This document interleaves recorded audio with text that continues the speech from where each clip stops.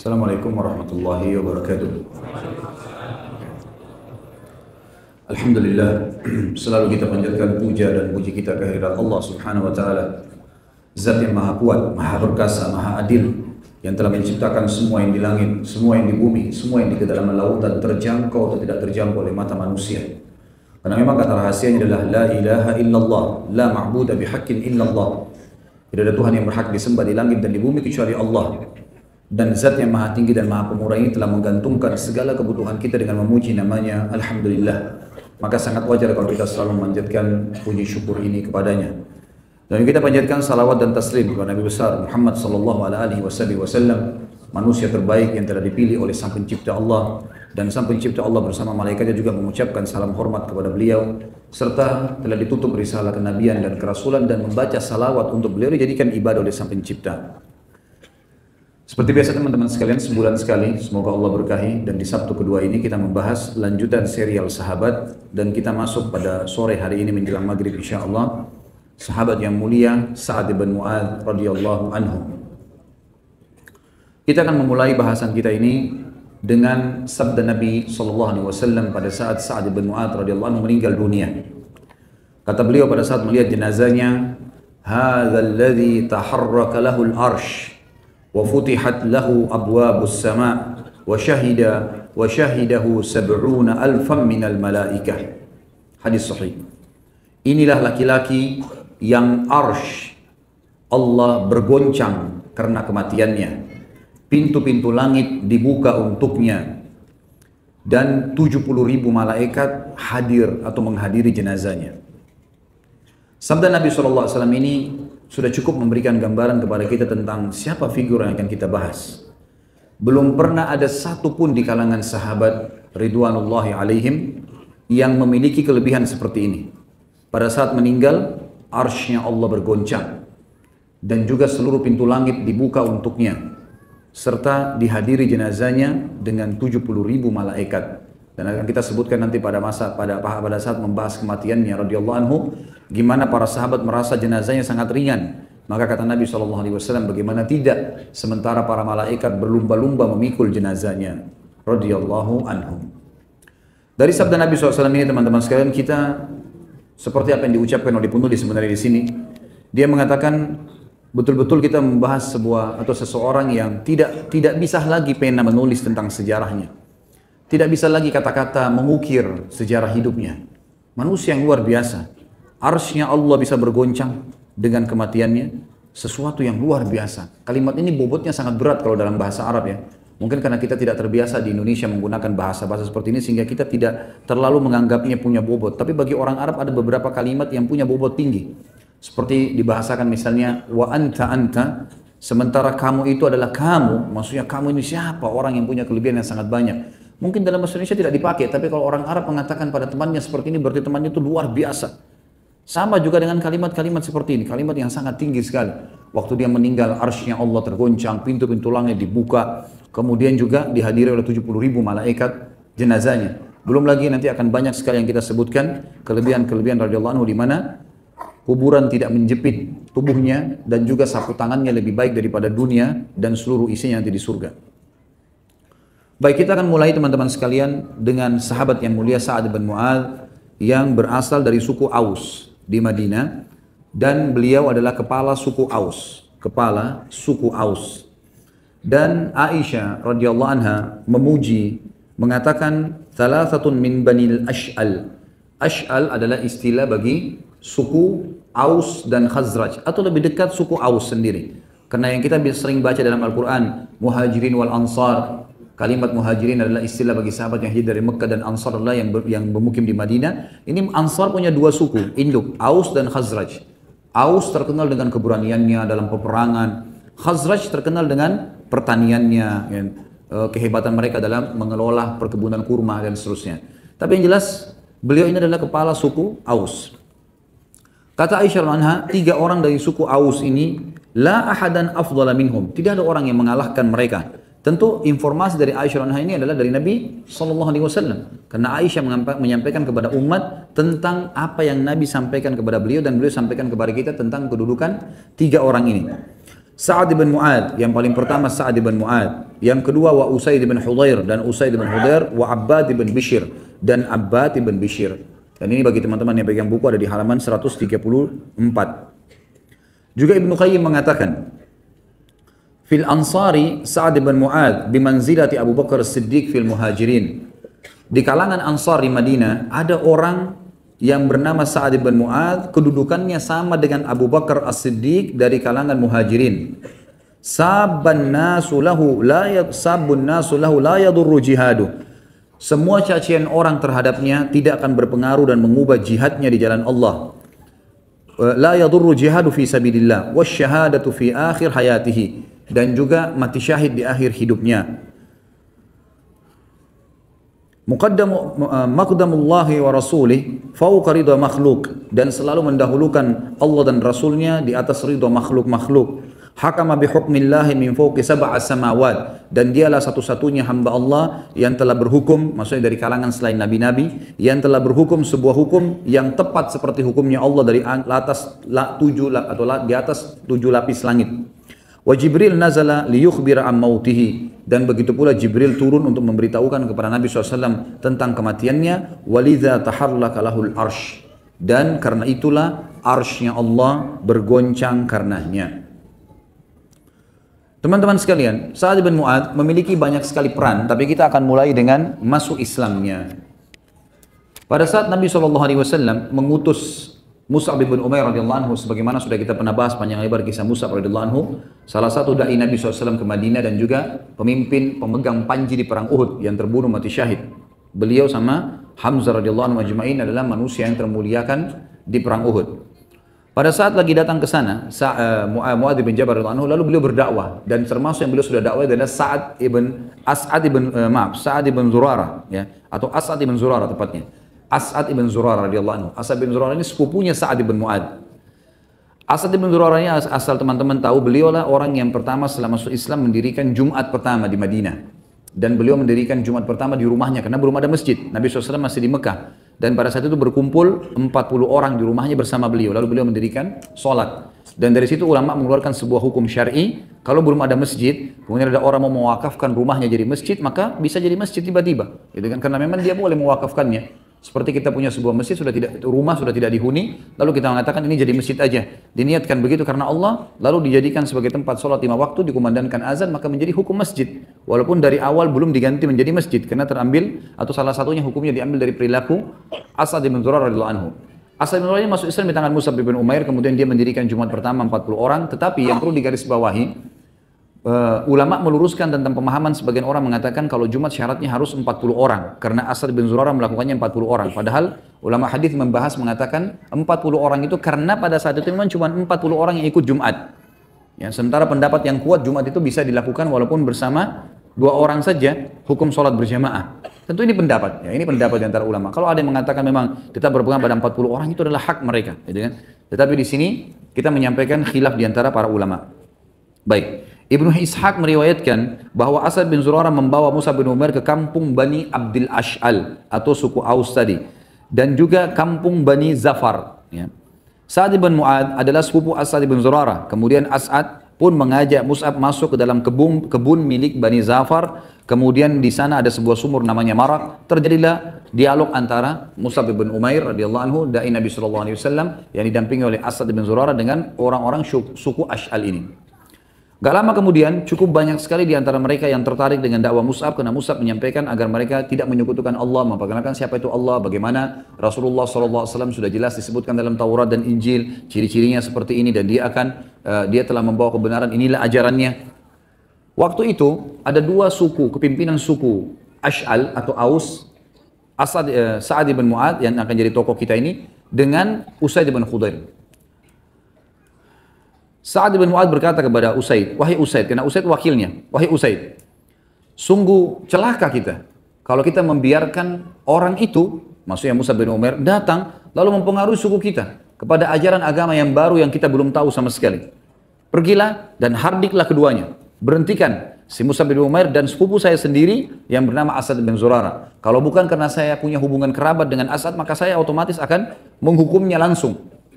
Maka Usaid bin Hudhair pun mengambil tombak kecilnya, kemudian dia pun datang ke sana. Begitu masuk ke dalam ke sumur tadi, sumur marak itu, di sekitar situ mereka duduk dan Mus'ab lagi menyampaikan tentang agama Allah yang dibawa oleh Rasulullah SAW.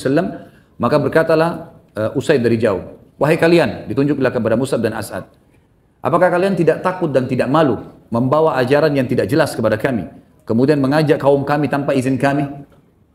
Kalau kalian tidak berhenti, maka saya akan menghukum kalian. Maksudnya dia akan membunuh Mus'ab dan As'ad. Maka kata As'ad bin Zurarah, bisik kepada Mus'ab, hai Mus'ab, ini salah satu pimpinan suku Ash'al, suku Aus nih. Kalau dia bisa terpengaruh denganmu, maka di belakangnya banyak sukunya. Kata Mus'ab, dan ini pelajaran nanti kita akan ambil dalam pelajaran-pelajaran kita, bagaimana da'i itu sangat hikmah, hakim, ya bijaksana dalam menyampaikan dakwah dan sabar, serta dia tidak tergesa-gesa. Maka dia mengatakan, Mus'ab mengatakan kepada Usaid, wahai Usaid, bagaimana kalau seandainya kau duduk dulu dengar apa yang saya sampaikan? Kalau yang saya sampaikan menarik buat kamu, maka ambillah. Karena kebenaran, sebuah informasi. Tapi kalau seandainya yang saya sampaikan sesuatu yang buruk menurut kamu, ya sudah, kamu bisa tolak. Dan saya pun akan berhenti, tidak akan tinggal di kota ini. Maka kata Usaid, pilihan yang bijaksana. Baiklah, ditancapkan tombaknya, kemudian dia duduk sambil mendengar.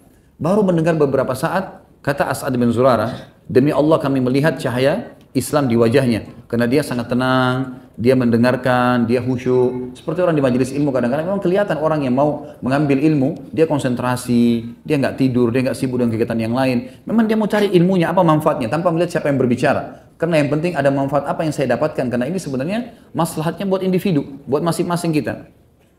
Maka setelah itu, dia pun berkata Usaid, demi Allah ini sesuatu yang indah. Bagaimana caranya saya menganut agama kalian? Maka kata Mus'ab dan As'ad, engkau berwudu, engkau mandi, kemudian engkau mengucapkan syahadat, lalu engkau sholat 2 rakaat yang akan kami pandu. Maka Usaid pun melakukannya. Setelah dia mandi, kemudian dia mulai mengucapkan syahadat. Setelah syahadat dipandu untuk sholat 2 rakaat. Kemudian dia mengatakan, sesungguhnya di belakang saya ada seseorang yang merupakan pimpinan Ash'al. Saya ini hanya wakilnya. Kalau dia berhasil kalian pengaruhi masuk ke agama Islam ini, maka pasti semua sukunya akan masuk Islam. Dan saya akan mengirim dia kepada kalian. Pergilah Usaid pulang, membawa tombaknya kembali. Gitu ya. Lalu dia kembali ke sukunya. Sudah ditunggu oleh Sa'ad bin Mu'adz.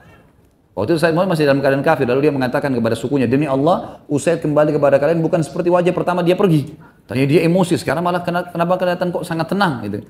Kemungkinan besar kata ulama menanggapi riwayat ini, mengatakan sudah ada cahaya Islam. Karena orang kalau sudah syahadat, walaupun berkulit hitam, ada cahaya keimanan, ada cahaya keislaman. Maka dia pun berkata, kata kata Sa'ad bin Mu'adz, hai Usaid, demi Allah kau telah kembali dengan wajah bukan seperti kau pergi. Ada apa sebenarnya? Apa kau sudah menghardik keduanya? Kata Usaid, iya, saya sudah menghardik keduanya. Gitu. Saya sudah mengingatkan, tapi saya disuruh duduk untuk mendengar. Maka saya pun duduk mendengar dan saya melihat tidak ada bahaya dari keduanya. Hanya saja yang kamu harus tahu, selain kamu yang tidak menyukai mereka, ada Bani Harithah, ada satu suku lagi. Memang suku ini saingannya suku Ash'al, gitu kan? Mereka dari luar kota Madinah. Kemungkinan mereka akan datang dan membunuh As'ad ibn Zurarah sepupumu karena dianggap membawa ajaran baru sebagaimana kau sangka. Kalau kau tidak membelahnya, maka dipastikan nanti mereka akan membunuhnya. Maka Sa'ad ibn Mu'adz radhiyallahu anhu mengambil tombak di tangan Usaid lalu kemudian menuju ke sumur marak tadi. Waktu tiba di sana, tidak ada suku Harithah. Gitu kan? Cuma memang sebuah informasi suku Harithah akan datang. Usaid tidak berbohong. Memang suku Harithah yang terkenal mau menghardik As'ad bin Zurarah. Kenapa membawa masuk ke Madinah Mus'ab bin Umair. Ringkas cerita teman-teman sekalian, datanglah ke sana. Lalu setelah dia lihat tidak ada apa-apa, Sa'ad bin Mu'adz melihat tidak ada apa-apa, maka Sa'ad bin Mu'adz mengetahui kalau wakilnya tadi si Usaid hanya mau dia datang. Lalu dia pun menghardik mengatakan, kalian berdua berhentilah menyampaikan ajaran yang tidak kami ketahui dan jangan pengaruhi orang. Kalau tidak saya akan menghukum kalian berdua. Lalu As'ad bin Zurarah membisikkan mengatakan, inilah yang dimaksud oleh Usaid, kepala suku Ash'al. Kalau dia masuk Islam di tanganmu hai Mus'ab, maka pasti sukunya semua akan masuk Islam. Maka Mus'ab mengatakan, wahai ya, Sa'ad, bagaimana kalau seandainya engkau memuliakan majlis kami dengan duduk, kemudian engkau dengarkan, kalau yang kami sampaikan baik, menurut kamu, terimalah. Karena ini sebuah informasi, dan kau tidak rugi apa-apa. Tapi kalau sesuatu yang ini yang kami sampaikan adalah buruk bagi kamu, maka berhentilah, ya, kami akan berhenti dan kami akan keluar dari kota kamu ini. Maka kata Sa'ad, sungguh pendapat yang bijaksana. Baiklah, ditancapkan tombaknya lalu dia dengar. Sama kejadian sama Usaid tadi, baru beberapa saat saja dia duduk, kata Asad bin Zurarah, demi Allah kami melihat keislaman di wajahnya. Lalu dia pun bertanya bagaimana caranya untuk menganut agama ini. Maka dipandu oleh Mus'ab, dan Asad mengatakan, engkau mandi kemudian engkau mengucapkan syahadat, lalu engkau sholat 2 rakaat yang akan kami pandu. Lalu dia pun melakukannya. Setelah selesai, maka Sa'ad radhiyallahu anhu tidak pakai tunggu, dia lalu kemudian kembali ke sukunya, lalu dia bertanya kepada sukunya berkata, wahai Bani Abdul Ash'al, apakah kalian mengetahui apa yang kalian ketahui tentang diriku? Mereka menjawab, engkau adalah sayyid atau pemimpin kami. Engkau orang yang paling kuat silaturahimnya, paling baik pendapatnya, paling berkah jiwanya di antara kami. Orang yang paling baik, orang yang paling sempurna, pokoknya kamu pimpinan kami.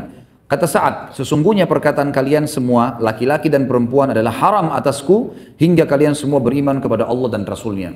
Dan ini adalah sebuah fadilah yang sangat besar. Bagaimana seorang muslim tidak menunda untuk berdakwah, dan ini juga akan menjadi manaqibnya Sa'ad radhiyallahu anhu. Begitu beliau syahadat, beliau tahu kebenaran, maka beliau langsung menerima dan langsung mempraktikkan. Dan beliau mengatakan tadi kalimat ini bobotnya berat, maksudnya punya bobot yang sangat baik di kalangan orang-orang Arab. Wajahku dan wajah kalian haram, atau perkataanku dan perkataan kalian haram sampai kalian melakukan begini dan begitu.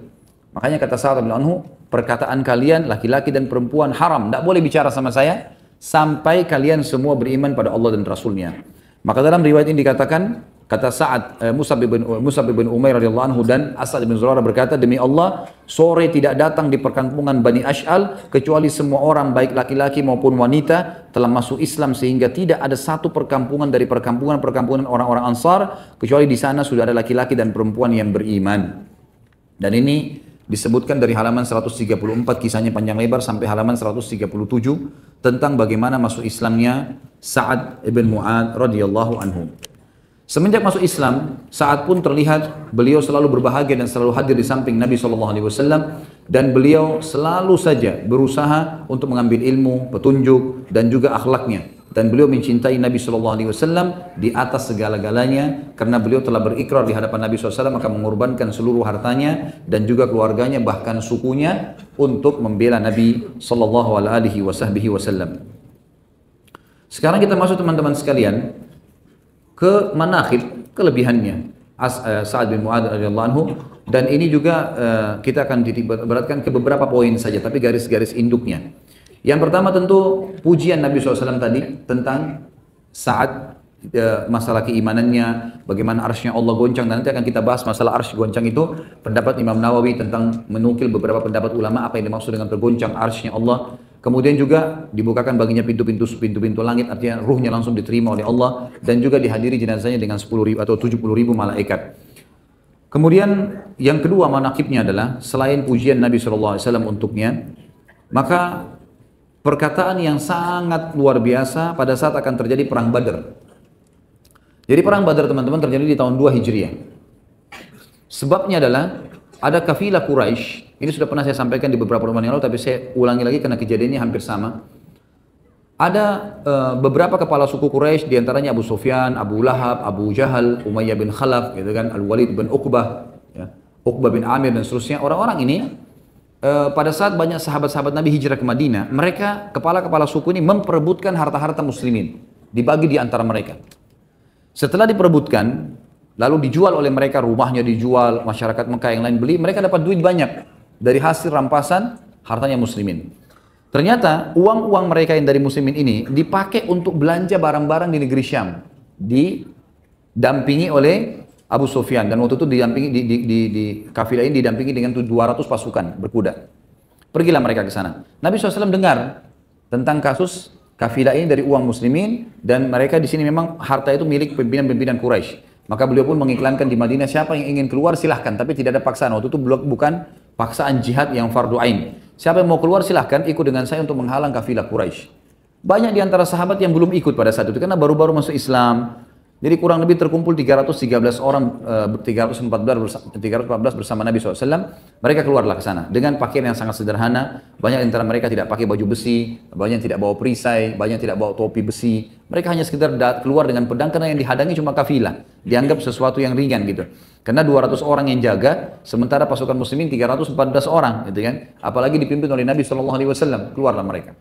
Nanti Abu Sufyan dengan hikmah Allah, mengetahui keluar Nabi SAW tadi. Lalu dia segera mengirim surat ke Abu Jahal di Mekah. Lalu kemudian dia mengajak Abu Jahal untuk memotivasi masyarakat Mekah membentuk pasukan. Semua kepala suku memotivasi sukunya. Akhirnya terbentuklah pasukan kurang lebih 1.000 orang pada saat itu. 1.000 orang. Keluarlah pasukan ini menuju ke wilayah Badr dan pas kafilah Quraisy lewat di Badr. Jadi kalau saya gambarkan posisinya, ada sebuah gunung di Badr itu. Kalau yang lebih dekat dengan Madinah namanya Udwatid Dunya, kalau yang lebih jauh dari Madinah di sebelah gunung itu namanya Udwatil Quswa, gitu kan. Maka keadaan ini, gunung ini ada dua sisi gunung dan di antara gunung ini di bagian belakang ada sebuah lembah yang memutari gunung tersebut, kemudian bertemu titiknya di depan gunung. Ini Allah sebutkan dalam Al-Qur'an tentang kejadian perang ini. Kata Allah, A'udzubillahi minasyaitonir rajim, id antum bil udwatid dunya wa hum bil udwatil quswa warakbu asfala minkum. Ingatlah kejadian pada saat kalian hai kaum muslimin berada di udwatid dunya, di sisi gunung yang lebih dekat dengan Madinah, dan pasukan Quraisy berada di udwatil quswa, di sebelah sisinya gunung. Tapi mereka tidak saling tahu nih kalau ada pasukan di sebelah. Warakbu asfala minkum, maksudnya kafilah yang dipimpin Abu Sufyan itu melewati lembah yang dekat dengan kalian, tapi tidak ada yang saling ketemu.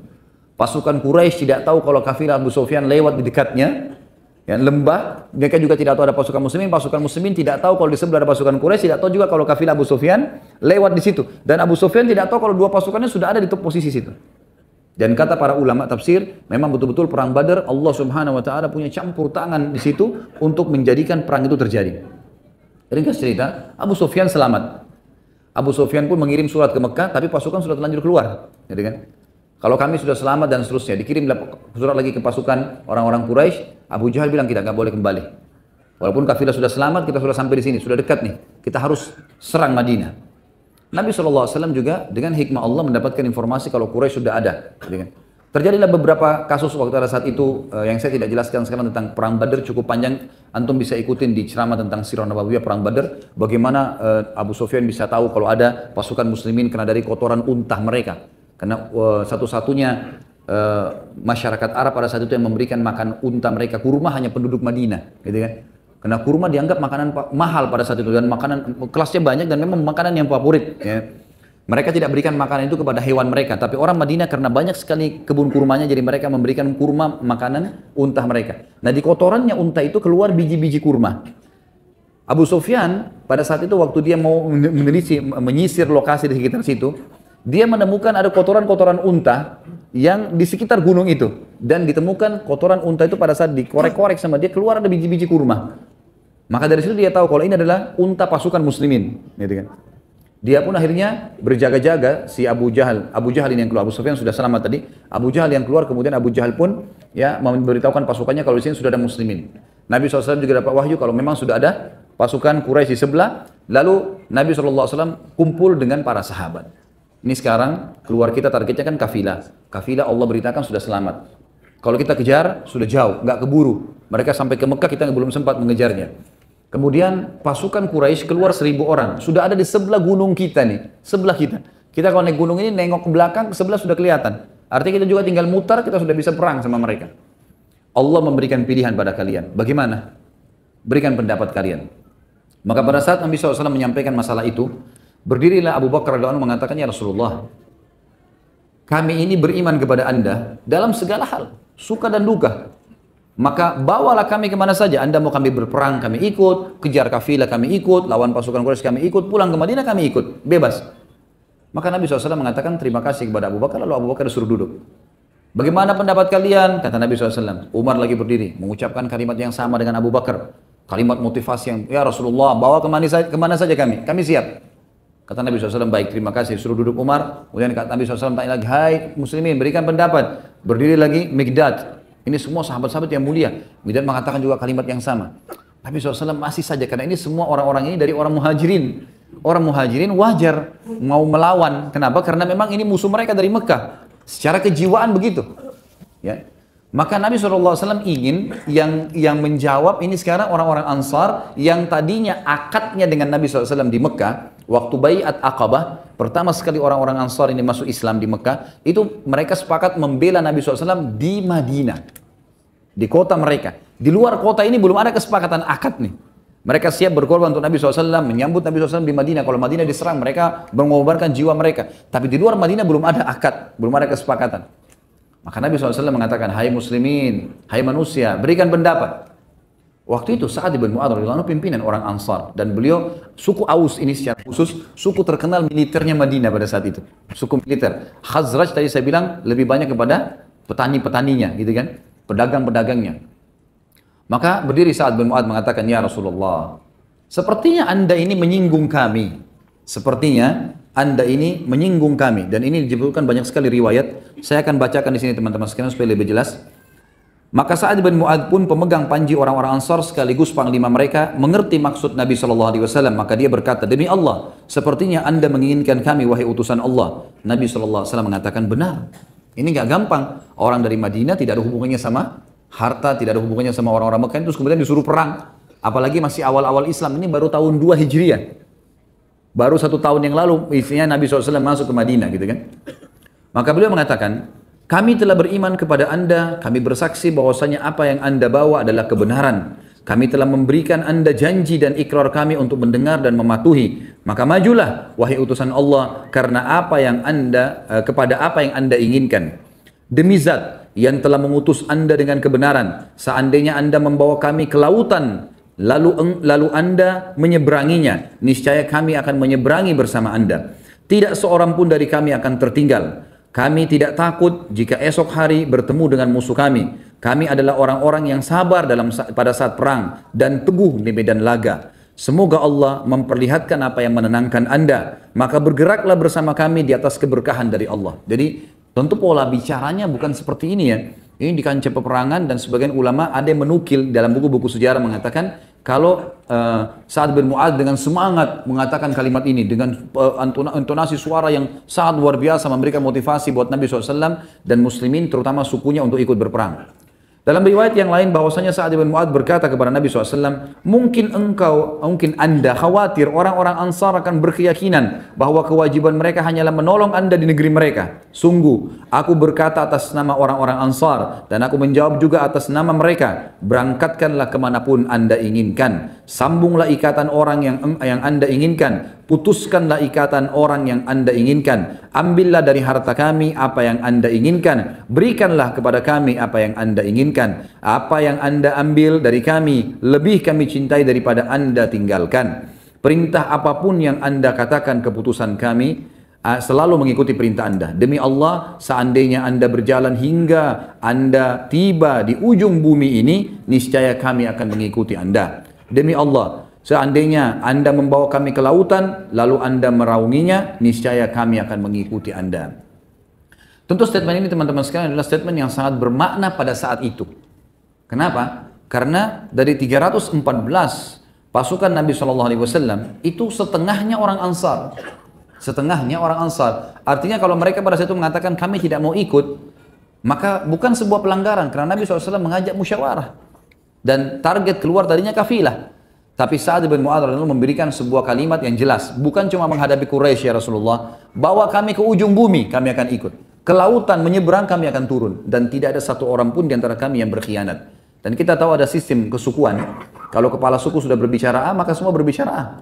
Itu sudah menjadi sebuah sistem kesukuan dimanapun itu, gitu kan? Dan ini pimpinan suku sudah berbicara, maka semuanya ikut dengan Sa'ad bin Mu'adz radhiyallahu anhu. Maka mendengar perkataan tersebut, Nabi SAW pun sangat gembira dan beliau mengucapkan kalimat yang luar biasa. Nabi SAW mengatakan dalam hadis sahih, siru wa abshiru, fa inna Allah Ta'ala qad wa'adani ihdat ta'ifataini, wallahi laka'anni al'ana anzuru ila masari al-qawm. Demi Allah, seolah-olah kata beliau di sini, jalanlah kalau begitu dan berbahagialah. Kita sekarang maju, kita menyeberang nih ke posisi pasukan musuh. Maka sesungguhnya Allah, bergeraklah dan berbahagialah karena sesungguhnya Allah telah menjanjikan kepadaku salah satu dari dua golongan. Bisa saja kita mendapatkan kafilah atau kita memenangkan peperangan dengan orang-orang Quraisy walaupun jumlah mereka lebih banyak. Dan ketahuilah demi Allah seolah-olah aku sekarang sedang diperlihatkan tempat kematian musuh-musuh ini. Jadi memang nanti setelah perang Badar kita lihat bahwasanya banyak sekali orang-orang Quraisy yang terbunuh pada saat itu. Banyak sekali yang terbunuh di perang Badar. Kemudian Nabi SAW mengumpulkan jenazah mereka sambil berkata di depan para sahabat, Apakah kalian sudah tahu, apakah kalian sudah melihat dan mendapatkan apa yang Tuhan kalian ancamkan? Lalu kata Umar, ya Rasulullah, mereka jenazah, apa yang mereka dengarkan nih? Kata Nabi SAW, sungguh demi Umar, demi zat yang ubun-ubunku dalam genggamannya, mereka lebih dengar apa yang aku ucapkan ini daripada kau mendengarkan ucapanku sekarang. Hanya saja mereka tidak bisa menjawabnya. Artinya, Allah Subhanahu wa taala memberikan mukjizat kepada Nabi SAW, suara beliau diantar dan didengarkan kepada ruh-ruhnya orang kafir tersebut. Dan Nabi SAW mengatakan, ketahuilah kepada orang-orang jenazahnya orang-orang kafir, sesungguhnya aku telah mendapatkan apa yang Tuhanku janjikan. Artinya Allah berikan kemenangan. Tapi saksi bahasan kita di sini, kita tidak bicara masalah kiprah peperangan karena tidak dinukil dalam buku kita dan buku-buku yang lain tentang pengaruh atau peperangan secara khusus Sa'ad bin Mu'adz di kancah peperangan. Tapi kalau masih ingat, tentu banyak sekali di antara suku-suku beliau yang berpengaruh sekali dalam peperangan. Seperti di perang Badar yang menyebabkan Abu Jahal terbunuh adalah dua orang anaknya Afra, gitu kan? Mu'adz dan Mu'awwidh radhiyallahu anhum ajma'in. Ini dari suku Ash'al memang. Setelah mendengarkan motivasi dari Sa'ad bin Mu'adz akan mendukung peperangan, maka kedua anak muda ini pun segera maju ke depan dan mengatakan kepada Nabi SAW, Anda sudah mendengarkan apa yang dikatakan oleh kepala suku kami, maka kami akan ikut bersama Anda. Lalu Nabi SAW pun menggerakkan pasukan. Dan pada saat terjadi peperangan atau terjadi kecamuk peperangan, maka Mu'adz dengan Mu'awwidh ini yang mengatakan kepada Abdurrahman bin Auf, saya pernah sampaikan kisah ini di kisah Abdurrahman bin Auf, wahai paman, mana Abu Jahal? Ditanya, kenapa kalian tanya? Karena dia dulu paling banyak menyakiti Nabi SAW. Kami ingin membunuhnya. Yang satu mengatakan saya ingin membunuhnya, yang satu juga mengatakan saya ingin Mu'adz dan Mu'awwidh. Lalu dua-duanya lalu menyerang Abu Jahal pada saat itu. Dan ini dari suku Ash'al itu sendiri. Baik, selanjutnya perkataan di Badar ini juga dinukil oleh para ulama dan dalam buku kita juga ini dinukil tentang bagaimana prinsip dasar dan perkataan yang sangat kokoh dari Sa'ad bin Mu'adz radhiyallahu anhu dalam mempertahankan agama Allah. Di antaranya terjadi pada saat kisah dengan suku Ghatafan, ya, suku Ghatafan yang bergabung di perang Ahzab. Itu bisa dilihat di halaman 140 sampai 151. Tentu ini panjang, tapi saya akan bahasakan, sampaikan kepada Anda, kepada antum insyaallah. Baik, ada dua suku Yahudi di Khaybar namanya Qainuqa dan Nadhir. Dua suku ini berusaha untuk memotivasi orang-orang Arab. Ada lebih dari 20 suku Arab pada saat itu untuk memerangi Madinah. Berhasil mereka dan mereka menunjuk Quraisy untuk jadi pemimpin dan Abu Sufyan jadi pimpinannya. Terjadilah perang Ahzab namanya, surah nomor 33 dalam Al-Quran. Ahzab jamak daripada hizb yang berarti kelompok-kelompok, gitu kan. Salah satu dari 20 suku Arab yang bergabung, ada satu suku namanya Ghatafan. Ghatafan ini suku dipimpin oleh orang yang sangat bodoh. Sampai kata Nabi SAW, pimpinan mereka ini adalah orang yang sangat bodoh. Ya. Orang yang sangat bodoh tapi dia selalu dipatuhi. Dan suku ini dipimpin oleh Uyainah bin Hasan namanya. Uyainah bin Hasan dan Al-Harith bin Auf. Uyainah ini orang yang bodoh sekali. Sampai kata Nabi SAW, Ghabiyu muta'. Ghabi ini orang yang bodoh sekali tapi selalu dipatuhi. Yang akan mengangkat 10.000 pedang di belakangnya. Waktu bergabung dengan pasukan Ahzab, Ghatafan ini mendominasi. Dari 10.000 pasukan yang bergabung di Ahzab, 4.000 dari Ghatafan. Suku-suku lain ini, 20 suku ini semuanya terpecah di 6.000-nya. Jadi mereka sangat besar. Maka Nabi SAW mengirim informasi di malam hari, ada sahabat yang turun dari Khandak, dari parit, kemudian mendatangi suku Ghatafan ini diam-diam.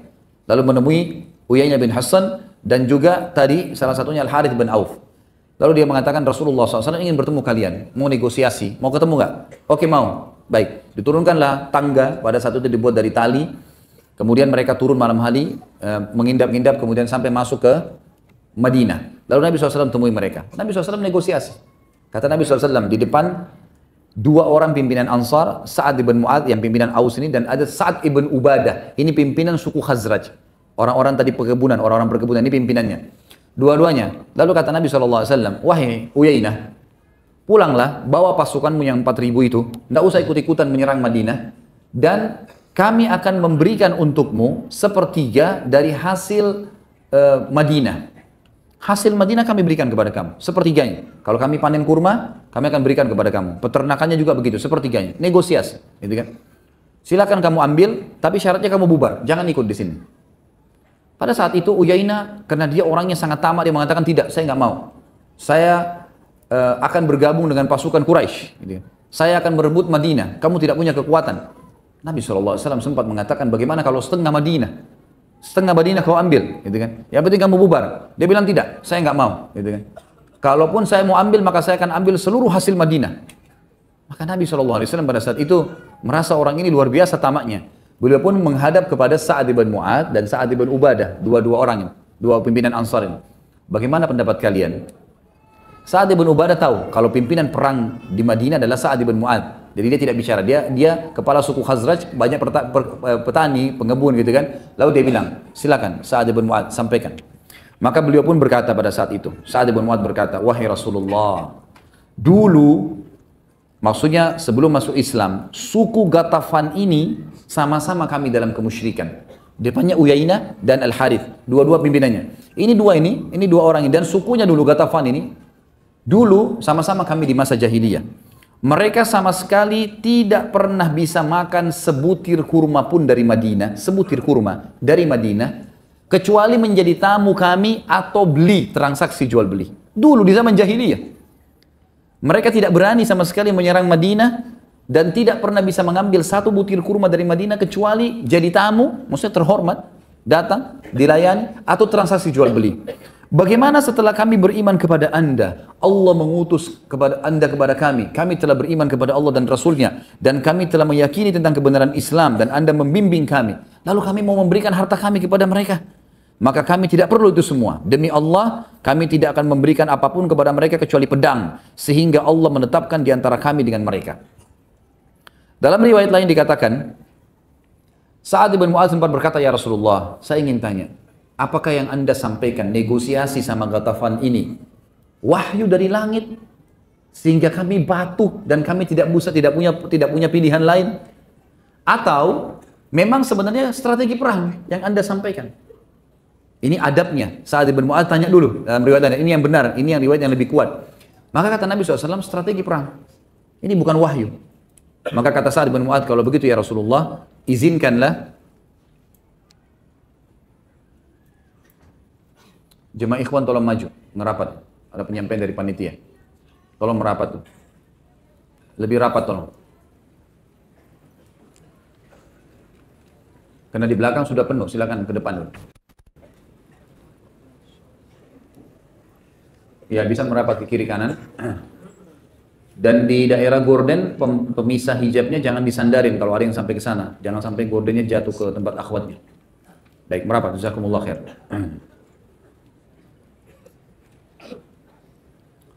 Maka dalam riwayat yang mengatakan, Sa'ad bin Mu'adz mengatakan sebagai adab kepada Nabi SAW, ya Rasulullah, apakah ini wahyu sehingga kami tidak punya pilihan lain?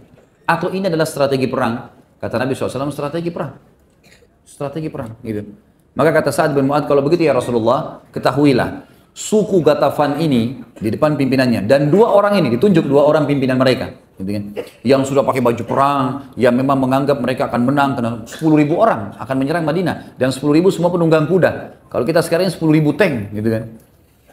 Maka dua orang ini, walaupun dengan baju perangnya, tidak pernah memakan sebutir kurma dari tempat kami kecuali karena jadi tamu. Itu pun kalau kami mau jamu sebagai tamu atau transaksi jual beli. Bagaimana setelah kami beriman kepada Allah dan Rasulnya, dan anda membawa agama Islam ini kepada kami dengan kemuliaan, lalu kami akan memberikan kepada mereka? Demi Allah ya Rasulullah, kalau ini strategi perang, kami tidak akan memberikan kepada mereka satu butir kurma, bukan setengah penghasilan Madinah, satu butir kurma kami tidak akan kasih. Dan antara kami dengan mereka, ditunjuk dua orang itu pimpinannya, hanya pedang ya Rasulullah, nggak ada lagi main-main. Walaupun Madinah waktu itu terdesak sekali ya. Kondisi perang Ahzab, teman-teman, kalau antum ikuti ceramah di YouTube tentang perang Ahzab, panjang lebar saya ceritain tentang ayat-ayat yang turun dan segalanya. Itu kondisinya Madinah mencekam sekali pada saat itu. Karena pasukan Ahzab sudah sampai di kota Madinah. Dan kalau posisinya, kalau sekarang kota Madinah, itu pasukan Ahzab sudah dalam Madinah. Karena lokasi perang Khandak itu sebenarnya berada di kota Madinah. Berada di kota Madinah, mereka sudah sampai ke dalam. Dan ini tinggal parit dan beberapa gunung-gunung yang membentengi Madinah saja, gitu kan. Dengan hikmah Allah terjadi kemenangan pada saat itu.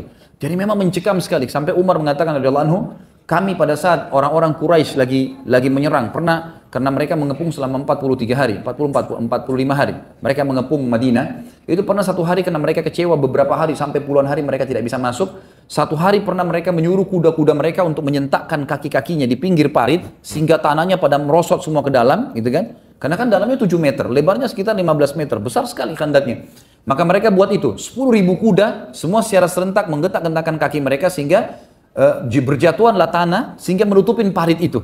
Kata Umar, kami pun sibuk menolak mereka, menolak musuh itu sambil melemparin dengan batu, melemparin dengan panah, melemparin dengan tombak dari pagi sampai malam. Ya, dari pagi sampai malam. Sampai seseorang di antara kami hanya berhenti sholat lalu kembali lagi melawan orang-orang Quraisy, gitu kan? Dan pada saat itu Umar bin Khattab mengatakan, saya belum sholat asar kecuali beberapa saat sebelum maghrib. Lalu setelah selesai, pas malam, Quraisy akhirnya sudah keletihan, mereka berhenti. Tapi tanah-tanah parit sudah banyak yang masuk di parit itu kan. Dan ini keesokan paginya, pasukan Quraisy sudah bisa menyerang Madinah. Karena sudah sulit untuk dikeluarkan lagi tanahnya kan. Malam itulah Allah datangkan badai yang dingin. Yang jelas, pada saat itu, sulit sekali mencekam kota Madinah. Semua laki-laki tidak boleh pulang ke rumahnya. Nabi SAW instruksikan semua laki-laki tidak boleh tinggal, kecuali orang yang tua atau sakit. Semua harus ada di parit. Dan kalau meja ini kita ibaratkan Madinah, maka Quraisy di tempat posisi antum, ini ujung meja ini adalah paritnya. Gitu. Jadi sudah depan mata, ini parit sudah tertutup, maka bisa masuk. Ini sudah kota, di tengah-tengah kota. Semua wanita dan anak-anak kecil serta orang tua sudah ditaruh di satu benteng, dan ini benteng di paling belakang kota Madinah. Di sebelahnya suku Quraidah. Nanti akan kita jelaskan masalah suku Quraidah karena perannya Sa'ad bin Mu'adz di dua, suku Ghatafan dan suku Quraidah. Yang jelas pada saat itu teman-teman semua sangat mencekam, dan Nabi SAW negosiasi bukan karena Nabi pengecut, tapi Nabi SAW melakukan strategi perang. Artinya kalau bisa nego dikasih, ya ini kasih nego, gitu kan? Tapi setelah mendengar kalimatnya Sa'ad radhiyallahu anhu, dan Sa'ad berdiri sambil menunjuk wajahnya Uyainah bin Husain dan Harith bin Auf. Beliau mengatakan, pulanglah kalian berdua, kembali ke pasukan. Karena antara kami dengan kalian hanya pedang. Percuma, nggak bakalan negosiasi. Selama ini bukan wahyu, kami nggak akan negosiasi. Nggak ada satu butir kurma pun kalian bisa makan dari Madinah. Pulang, suruh pulang. Maka pulanglah dua-duanya ini, gitu kan? Pulanglah dua-duanya. Baik, pada saat itu teman-teman sekalian, pendapat yang disampaikan oleh Sa'ad bin Mu'adz ini pendapat yang betul-betul luar biasa. Artinya, Uyainah bin Husain ini pada saat kembali dan dia bahasakan itu kepada orang Quraisy bisa tambah yakin kalau memang perang saja, nggak ada negosiasi, gitu kan? Apalagi ini 4.000 pasukan mendominasi 40%-nya. Ala kulli hal, pada saat itu akhirnya kembali mereka semuanya, kembali. Dan ulama mengatakan ini betul-betul jiwa kesatria, di mana keberanian, kepahlawanan, dan penolakan untuk terhina dari diri Sa'ad bin Mu'adz radhiyallahu anhu. Dan ulama hampir seluruhnya mengatakan, dari statement-statement yang tegas seperti inilah yang membuat Allah Subhanahu wa taala meninggikan derajatnya Sa'ad yang sampai arsy-Nya Allah goncang nanti pada saat dia meninggal. Karena keputusannya selalu mutlak, agama Allah benar-benar salah-salah, selesai. Gitu. Sampai mati pun kita tidak akan menyerah. Seperti itulah kurang lebih. Maka pada saat itu pun semuanya kembali, ya, semuanya kembali. Si Uyainah bin Husain kembali, gitu kan, ke pasukannya. Lalu Nabi SAW mengatakan, semoga Allah menjagamu, hai Sa'ad, atas keputusanmu ini, dan semoga Allah merahmatimu. Perlu kita garis bawahi teman-teman sekalian, setiap kali Nabi SAW mengucapkan kepada seorang sahabat, semoga Allah merahmatimu, itu berarti kau akan mati. Jadi itu isyarat kalau orang itu akan mati syahid, gitu kan. Maka perkataan ini waktu didengar oleh Sa'ad tersenyum lalu mengatakan, Alhamdulillah ya Rasulullah, wajabat. Artinya itu akan diijabah sama Allah. Itu yang saya mau, mati syahid, gitu kan. Akhirnya pasukan Ahzab kembali, tentunya kita tidak bicara tentang perang Ahzab, dan pada saat itu ada satu namanya Naim bin Mas'ud yang akhirnya malam itu juga waktu Quraisy sudah berhasil menjatuhkan tanah-tanahnya, waktu Ghatafan kembali kan, Ghatafan kembali ini orang-orang Quraisy akhirnya mulai melakukan itu. Ternyata pengaruh mungkin dari Ghatafan ini yang dipermalukan tadi, akhirnya mereka gerakkan Quraisy mulai menyerang dengan kaki-kaki kuda mereka keesokan paginya. Maka besok ini hari ketiganya sudah bisa diserang Madinah. Malam itu dengan hikmah Allah, Nabi SAW berdoa agar diberikan kemenangan dan Allah SWT ijabah. Pada saat itu sangat dingin sekali. Maka ada satu orang Quraisy namanya Naim bin Mas'ud masuk Islam malam itu, pimpinan Quraisy. Entah bagaimana hikmahnya, dia lihat tanah sudah mulai tertimbun di khandak, di parit, dia turun, lalu dia lempar kertas suratnya, kulit binatangnya ke arah kemahnya muslimin, isinya, saya ingin bertemu dengan Muhammad. Maka dia turunkan, pamit dengan Nabi SAW, Nabi SAW mengatakan, diizinkanlah. Naik dia ke atas. Kenapa Naim? Saya tertarik dengan agama Islam, asyhadu an la ilaha illallah wa anna Muhammad Rasulullah. Malam itu tuh, yang besok sudah jelas-jelas akan diserang Madinah ini. Ini parit sudah tertimbun. Dan subhanallah hikmahnya, kan besoknya malam itu kan mereka dikalahkan dengan angin kan gitu. Itu besoknya, kalaupun pasukan Quraisy pulang dan muslimin harus menimbun kembali, ini pekerjaan yang lama. Tapi hikmahnya waktu mereka sentakkan dengan kuda mereka dan parit sudah tertutup, mereka muslimin tidak perlu nimbun lagi paritnya. Gitu. Sudah tertimbun dengan sendirinya gitu. Naim masuk ke sana langsung syahadat. Kata Nabi SAW, apa yang membuat masuk Islam, hai Naim? Ini dia keluar dengan baju perangnya dari Mekah mau nyerang Madinah. Dan orang Quraisy akan mendapatkan 40% dari hasil Madinah. Kalau nanti menang, Quraisy karena dia pemimpin, dia akan ambil 40%, sisanya dibagi untuk suku-suku lain. Pokoknya Madinah dipecah-pecah lah. Naim bilang, saya tertarik. Rupanya dia selama di Ahzab, di kemahnya itu sering dengar tilawah Al-Qur'annya sahabat kalau malam. Mereka melihat bagaimana sabarnya, hikmah ilahi, dapat hidayah dia. Baik, dia masuk ke sana syahadat. Lalu dia mengatakan, ya Rasulullah, jangan ragukan keislaman saya. Anda tahu siapa saya? Pimpinan Quraisy ini, kepala-kepala suku teman-teman, aib besar kalau mereka bohong. Walaupun dalam peperangan, mereka tidak mau bohong. Gitu kan? Anda sudah tahu siapa saya. Ini bukan kedustaan, saya masuk Islam benar-benar. Perintahkan kepada saya apa saja, saya siap lakukan. Kata Nabi SAW, hai Naim, kau satu orang. Gitu kan? Tapi kalau kau mau, kacaukan mereka. Kata Nabi SAW, kacauin mereka, silakan, buat apa saja. Ya Rasulullah, tapi kalau begitu saya harus berbohong nih. Saya kalau kacauin mereka nih, ada yang harus saya lakukan. Saya harus memutar balik fakta. Kata Nabi SAW, peperangan, silahkan. Kan kita sudah tahu hadis Nabi kan, ada 3 hal yang boleh berbohong. Tapi bohongnya ini memang untuk strategi perang, bukan bohong yang seperti negatif biasa orang lakukan. Maka Naim pun kembali ke pasukan Quraisy, dia kumpul. Dia bilang, ayo kumpul semua orang-orang Quraisy, kumpul semua. Kumpul semua lalu dia mengatakan, hai Quraisy. Maaf, dia pertama bukan ke Quraisy, dia ke suku Quraidah. Jadi kalau ini meja Madinah, ini depan semuanya parit, di ujung parit sebelah sana itu ada bentengnya suku Quraidah, suku Yahudi. Jadi Qainuqa dan Nadir yang sudah diusir dari Madinah, itu yang membentuk pasukan Ahzab dari luar. Ini suku Quraidah di pinggir sana. Ini satu-satunya jalan untuk masuk. Nanti kita akan bahas Quraidah sebentar. Yang jelas teman-teman sekalian, Quraidah ini pintu masuk. Dan besok Quraisy sudah sepakat, ini pasukan lewat parit, ada juga yang lewat bentengnya Quraidah untuk masuk ke Madinah. Jadi besok ini sudah kemenangan. Yang terjadi, Naim datang ke Quraidah. Lalu teriak dari depan, saya mau ketemu pimpinan kalian. Mereka lihat Naim ini orang nomor 2 setelah Abu Sufyan. Jadi Abu Sufyan mati, Naim ini yang pegang pimpinan, gitu kan. Maka si Naim ini kemudian bilang, ketemu sama orang-orang Quraidah. Apakah kalian berpikir, perlu kalian tahu, orang-orang Quraisy ini sudah jenuh. 40 hari lebih tidak pernah berhasil menembus Madinah, gitu kan. Melalui kalian pun besok mungkin bisa berhasil, mungkin tidak. Tapi ketahuilah, kalau Quraisy sempat pulang ke Mekah, pasukan Ahzab bubar, kalian akan habis dibantai sama muslimin. Karena kalian berkhianat. Karena Quraisy ini punya akad, kesepakatan dengan Nabi membela Madinah, tidak akan berkhianat. Karena 2 suku teman mereka, Qainuqa dan Nadir sudah diusir dari Madinah karena berkhianat, kan gitu. Maka kata Naim, kalau kami pulang semua ini, kalian akan habis dibantai oleh muslimin. Gitu. Ini bahaya, kalian tidak akan bisa membela diri. Betul juga, apa saran kamu? Kata orang-orang Quraisy, apa saran kamu?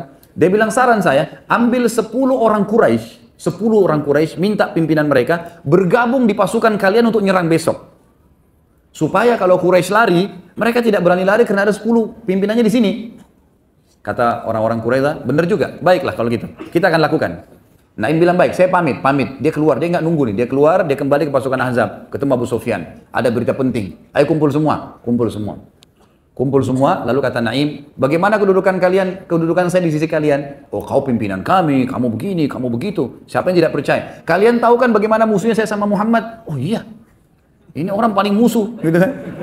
Keluar dari Mekah mau berperang. Baiklah, saya akan bawa berita gembira. Ketahuilah, Quraidah telah berkhianat. Quraidah telah berkhianat.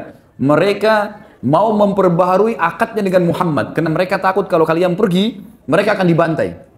Sebagai bukti, mereka sebentar lagi akan datang meminta dari kalian 10 orang pimpinan kalian yang ikut dengan mereka, yang untuk mereka jadikan tumbal, serahkan ke kaum muslimin. Maka Abu Sufyan jeli. Abu Sufyan bilang begini, sebentar dulu Naim, saya akan ke Quraidah, pastikan. Dia jeli, dia nggak mau langsung percaya. Baiklah, kata Naim, silahkan. Pergilah ke sana, pamit, ketemu. Begitu ketemu, Si Quraidah sudah terpengaruh dengan perkataan Naim, Abu Sufyan juga sudah terpengaruh, cuma ini mempertemukan saya. Dengan hikmah Allah, si Abu Sufyan bilang, besok kita akan nyerang ya, ingat pintu gerbang kalian jangan ditahan. Kita udah akan kirim pasukan masuk ke sini, kami juga dari parit gitu kan. Orang-orang Quraisy bilang, sebentar dulu, kalau kami dari dalam benteng kami gampang, kami mudah, tinggal keluar buka benteng bisa nyerang. Tapi harus ada dari pasukan kalian yang ikut. Kirimlah kepada kami 10 orang pimpinan kalian yang bergabung di sini, gitu kan. Abu Sufyan bilang, berarti Naim benar nih. Kembali dia, Abu Sufyan kembali. Malam ini bubar, pulang semua, gitu kan. Nggak ada peperangan besok. Quraisy sudah berkhianat, berarti kita cuma lewat parit, gitu kan. Lewat sana nggak bisa, padahal ini memang jembatan langsung masuk ke dalam Madinah kan. Waktu itu pun akhirnya berkumpul dan semua orang sudah bicara, pulang, orang semua berbulan. Ternyata memang orang-orang Quraisy ini sudah sumpah. 45 hari menghubungkan, pada saat Abu Sufyan bilang bubar semua, semuanya bubar, gitu kan. Waktu mereka lagi kemas-kemas, Allah datangkan badai angin yang kencang, sangat dingin, membongkar semua kemah-kemah mereka, hewan-hewan mereka terbongkar, gitu kan. Akhirnya terbongkarlah, mereka pulang semuanya. Waktu mereka pulang, mereka balik semuanya, maka Quraidah pun akhirnya terpengaruh dengan perkataan tadi, kayaknya betul nih. Kita akhirnya sekarang sudah menghadapi muslimin, gitu kan. Keputusannya ada sebentar. Nah, keputusan Quraidah ada di tangan Sa'ad bin Mu'adz. Kita akan jelaskan sebentar, gitu kan. Tapi akhirnya tidak jadi perang Ahzab dan berawal dari masalah tadi kasus Naim bin Ghatafan yang ditolak oleh Sa'ad bin Mu'adz, kemudian terjadilah kasus Naim bin Mas'ud radhiyallahu anhu ajma'in. Baik. Ini yang disebutkan dalam buku kita, tapi sebagian besar kisahnya saya tambahkan supaya lebih jelas. Kemudian juga ada peran yang sangat besar dalam mengambil keputusan untuk suku Quraidah tadi. Suku Quraidah ini teman-teman sekalian, waktu Ahzab sudah bubar semua, sudah selesai peperangan. Mereka punya 700 personil perang. Ini semua prajurit pilihan, 700 orang. Jumlah orang yang ada di benteng itu tidak kurang dari 3.000-4.000 orang. Termasuk perempuan dan anak-anaknya. Maka 700 orang ini memang pasukan khususnya. Perlu diketahui teman-teman sekalian, suku Quraidah sempat berkhianat sebelumnya. Bagaimana khianatnya? Mereka punya akad dengan Nabi SAW. Waktu suku Qainuqa dan Nadir diusir dari Madinah, maka mereka tulis akad, mereka tidak akan ikut-ikutan lagi, mereka tidak akan memerangi muslimin, mereka tidak akan berkhianat, mereka tidak akan membiarkan pasukan musuh masuk dan seterusnya. Sempat Nabi SAW curiga dengan suku Quraidah. Sebelum terjadi tadi masuk Islamnya Naim, kita review kembali kisahnya. Maka sempat Nabi SAW curiga dengan suku Quraidah. Ini ada apa Quraidah nih? Diutuslah Sa'ad ibn Mu'adz dengan Sa'ad ibn Ubadah. Dua orang tadi yang memang berhadapan dengan Ghatafan, gitu kan? Suku Ghatafan, pergi ke sana. Waktu mereka tiba di benteng, ternyata di dalam benteng ini ada kepala suku Qainuqa dan Nadir. Tepatnya suku Nadir. Namanya Huyai bin Akhtab. Ini siapa ini? Ini sebenarnya mertuanya Nabi ya. Karena anaknya dinikahi oleh Nabi SAW, Sofia. Tapi dia meninggal di perang, dia meninggal dalam keadaan kafir di perang pada saat Nabi SAW menyerang Khaybar. Dia waktu itu datang ke suku Quraidah lalu dia bilang, "Hai Quraidah, buka pintumu," gitu kan. Kepala sukunya nggak mau buka, enggak, jangan dimasuk. Jangan dengar apapun kalimat dari orang ini. Dia telah berkhianat dari Muhammad, nanti kita juga diajak berkhianat. Tapi akhirnya tetap aja dia negosiasi, saya cuma mau masuk, dengarkan. Kalau baik kau ambil, kalau enggak usah. Gitu. Baiklah, dibuka pintu gerbang, lalu kemudian dia terus memotivasi. Si orang ini memotivasi kepala suku Quraidah, ayo, untuk apa kamu tidak berkhianat? Ini saya sudah bawa 10.000 orang pasukan. Pasukan Muhammad aja, pasukan Madinah waktu itu yang siap perang, mungkin sekitar kalau dikumpul semua 5.000 orang lah. Gitu kan. Ini Ahzab double. Ini pasti menang, kita sudah menang. Maka harus kamu berkhianat. Berkhianatlah mereka. Proses khianatnya adalah, pada malam itu mereka merobek kesepakatan dengan Nabi SAW, lalu mereka menancapkan dengan pisau di ujung bentengnya. Jadi orang muslimin kalau lewat, lihat, oh itu kesepakatan sudah dirobek. Kesannya begitulah. Pada malam itu, karena lagi baru ditancapin, mereka belum diiklankan ke muslimin. Ada di antara mereka mungkin sekitar 10 orang, pasukan-pasukan spesialnya, khususnya gitu, prajurit khususnya, yang ahli dalam menjati benteng segala, mereka bilang, begini aja, di sebelah benteng kita, benteng Quraidah di sebelahnya ada satu benteng ini yang ditaruh seluruh wanita muslimin, seluruh harta muslimin, anak-anak kecil, orang tua, semua di situ ditaruh. Jadi kalau pasukan kalah, ini masih ada benteng untuk berlindung gitu. Kita naik ke atas benteng, kemudian kita cek di situ. Naiklah, kelilinglah mereka 10 orang ini. Tante Nabi SAW bernama Sofia radhiyallahu anha, ibunya Zubair bin Awam, gitu kan? Yang Zubair bin Awam sangat luar biasa keberanian, ini dibina oleh Sofia. Sofia bilang kepada Hasan bin Thabit, penyairnya Nabi, umurnya sudah 80 tahun sekian waktu itu. Hai Hasan, ini beberapa orang itu mata-mata Yahudi, semuanya mahir berperang, lawanlah dia. Kata Hasan, saya orang tua dan saya penyair, saya tidak bisa perang, gitu kan. Maka Sofia pun memakai baju perang laki-laki, kemudian beliau berdiri di dekat benteng, melihat jadi kalau benteng itu tinggi zaman dulu kan di atas ada tempat untuk naiknya. Dia sembunyi di situ. Maka naiklah, ada satu orang dari 10 orang Yahudi ini naik memantau dulu. Begitu naik, oleh Sofia sudah disiapin satu besi bendera ya yang biasa dipakai untuk pasang bendera. Kemudian juga dia memegang satu pisau kecil ya. Kemudian pada saat prajurit Yahudi ini naik, dipukul kepalanya dengan besi itu, lalu kemudian oleh Sofia dipotong lehernya, gitu kan. Jadi luar biasa, dia langsung memotong leher orang Yahudi ini. Tentu keadaannya bukan kayak sekarang ya, kita nggak bisa bayangkan posisi pada saat itu luar biasa. Wanita pun mungkin yang tidak berani jadi berani, karena ini kalau 10 orang berhasil masuk dan memberitahukan kepada Quraidah, maka satu benteng ini diambil perempuan-perempuannya segala muslimat, dan akhirnya mengganggu konsentrasi Nabi dan sahabat yang lagi melawan di depan parit gitu ya. Maka diambil, kemudian Sofia naik ke ujung benteng, mengangkat kepalanya, kepala Yahudi tadi itu. Mengangkat kepalanya, yang dipotong itu diangkat, kemudian dilempar ke bawah. Begitu orang-orang Yahudi yang 9 orang lihat kepala temannya terputus, gitu kan. Maka mereka bilang, kayaknya benteng ini penuh dengan prajurit. Gitu. Padahal tidak ada orang, tidak ada perempuan, tidak ada laki-laki, maksudnya orang-orang tua, nggak ada prajurit. Akhirnya mereka tidak jadi menyerang benteng pada malam itu. Itu hikmah ilahi, perannya Sofia radhiyallahu bagaimana bisa menahan itu. Yang jelas teman-teman sekalian, keesokan paginya, orang-orang Yahudi sudah mau membuka benteng dan seterusnya. Datanglah Sa'ad bin Mu'adz dan Sa'ad bin Ubadah diutus oleh Nabi SAW. Coba lihat keadaannya suku Quraidah. Ada pengkhianatan enggak? Begitu mereka mendekat, dekat benteng, lalu berteriak, hai Quraidah, sekutu kami. Memang sekutunya orang-orang Ansar ya. Terutama bersekutu sama Khazraj di pertanian, di perkebunan, sekutu dengan Aus di militernya, gitu kan? Baik. Kata Sa'ad bin Mu'adz, hai Quraidah, sekutu kami, bukalah pintu gerbang kalian. Maka tiba-tiba dari atas prajurit biasa ya, bukan pimpinan suku, teriak-teriak, kalian mau apa? Nggak ada urusan sama kami, urusan kalian sama kami hanya pedang, kami akan berperang melawan kalian dan seterusnya. Kata Sa'ad bin Ubadah, hai Quraidah, berkhianatkah? Gitu kan? Maka kami akan menyerang kalian, kami akan mencaci maki kalian, kami akan gini dan seterusnya. Kata mereka, kami bukan cuma berkhianat, kami akan merebut seluruh harta-harta kalian. Kata orang-orang Quraidah. Lalu kata Sa'ad bin Mu'adz, memegang tangan Sa'ad bin Ubadah, tidak usah dibalas, udahlah. Kita sudah tahu keputusannya, tunggu saja. Allah akan datangkan keputusan yang tepat buat mereka. Garis bawahi kalimat ini ya, Allah akan ambilkan keputusan tepat buat mereka. Nanti ini ada hubungannya dengan keputusan Sa'ad bin Mu'adz untuk membunuh 700 pasukannya Quraidah nanti, pada saat mereka sudah terkalahkan. Maka kembalilah keduanya. Setelah kembalilah kepada kisah Naim tadi, terjadi semuanya pembebasan, pasukan Ahzab bubar segalanya. Sekarang tinggal masalah kasus Quraidah.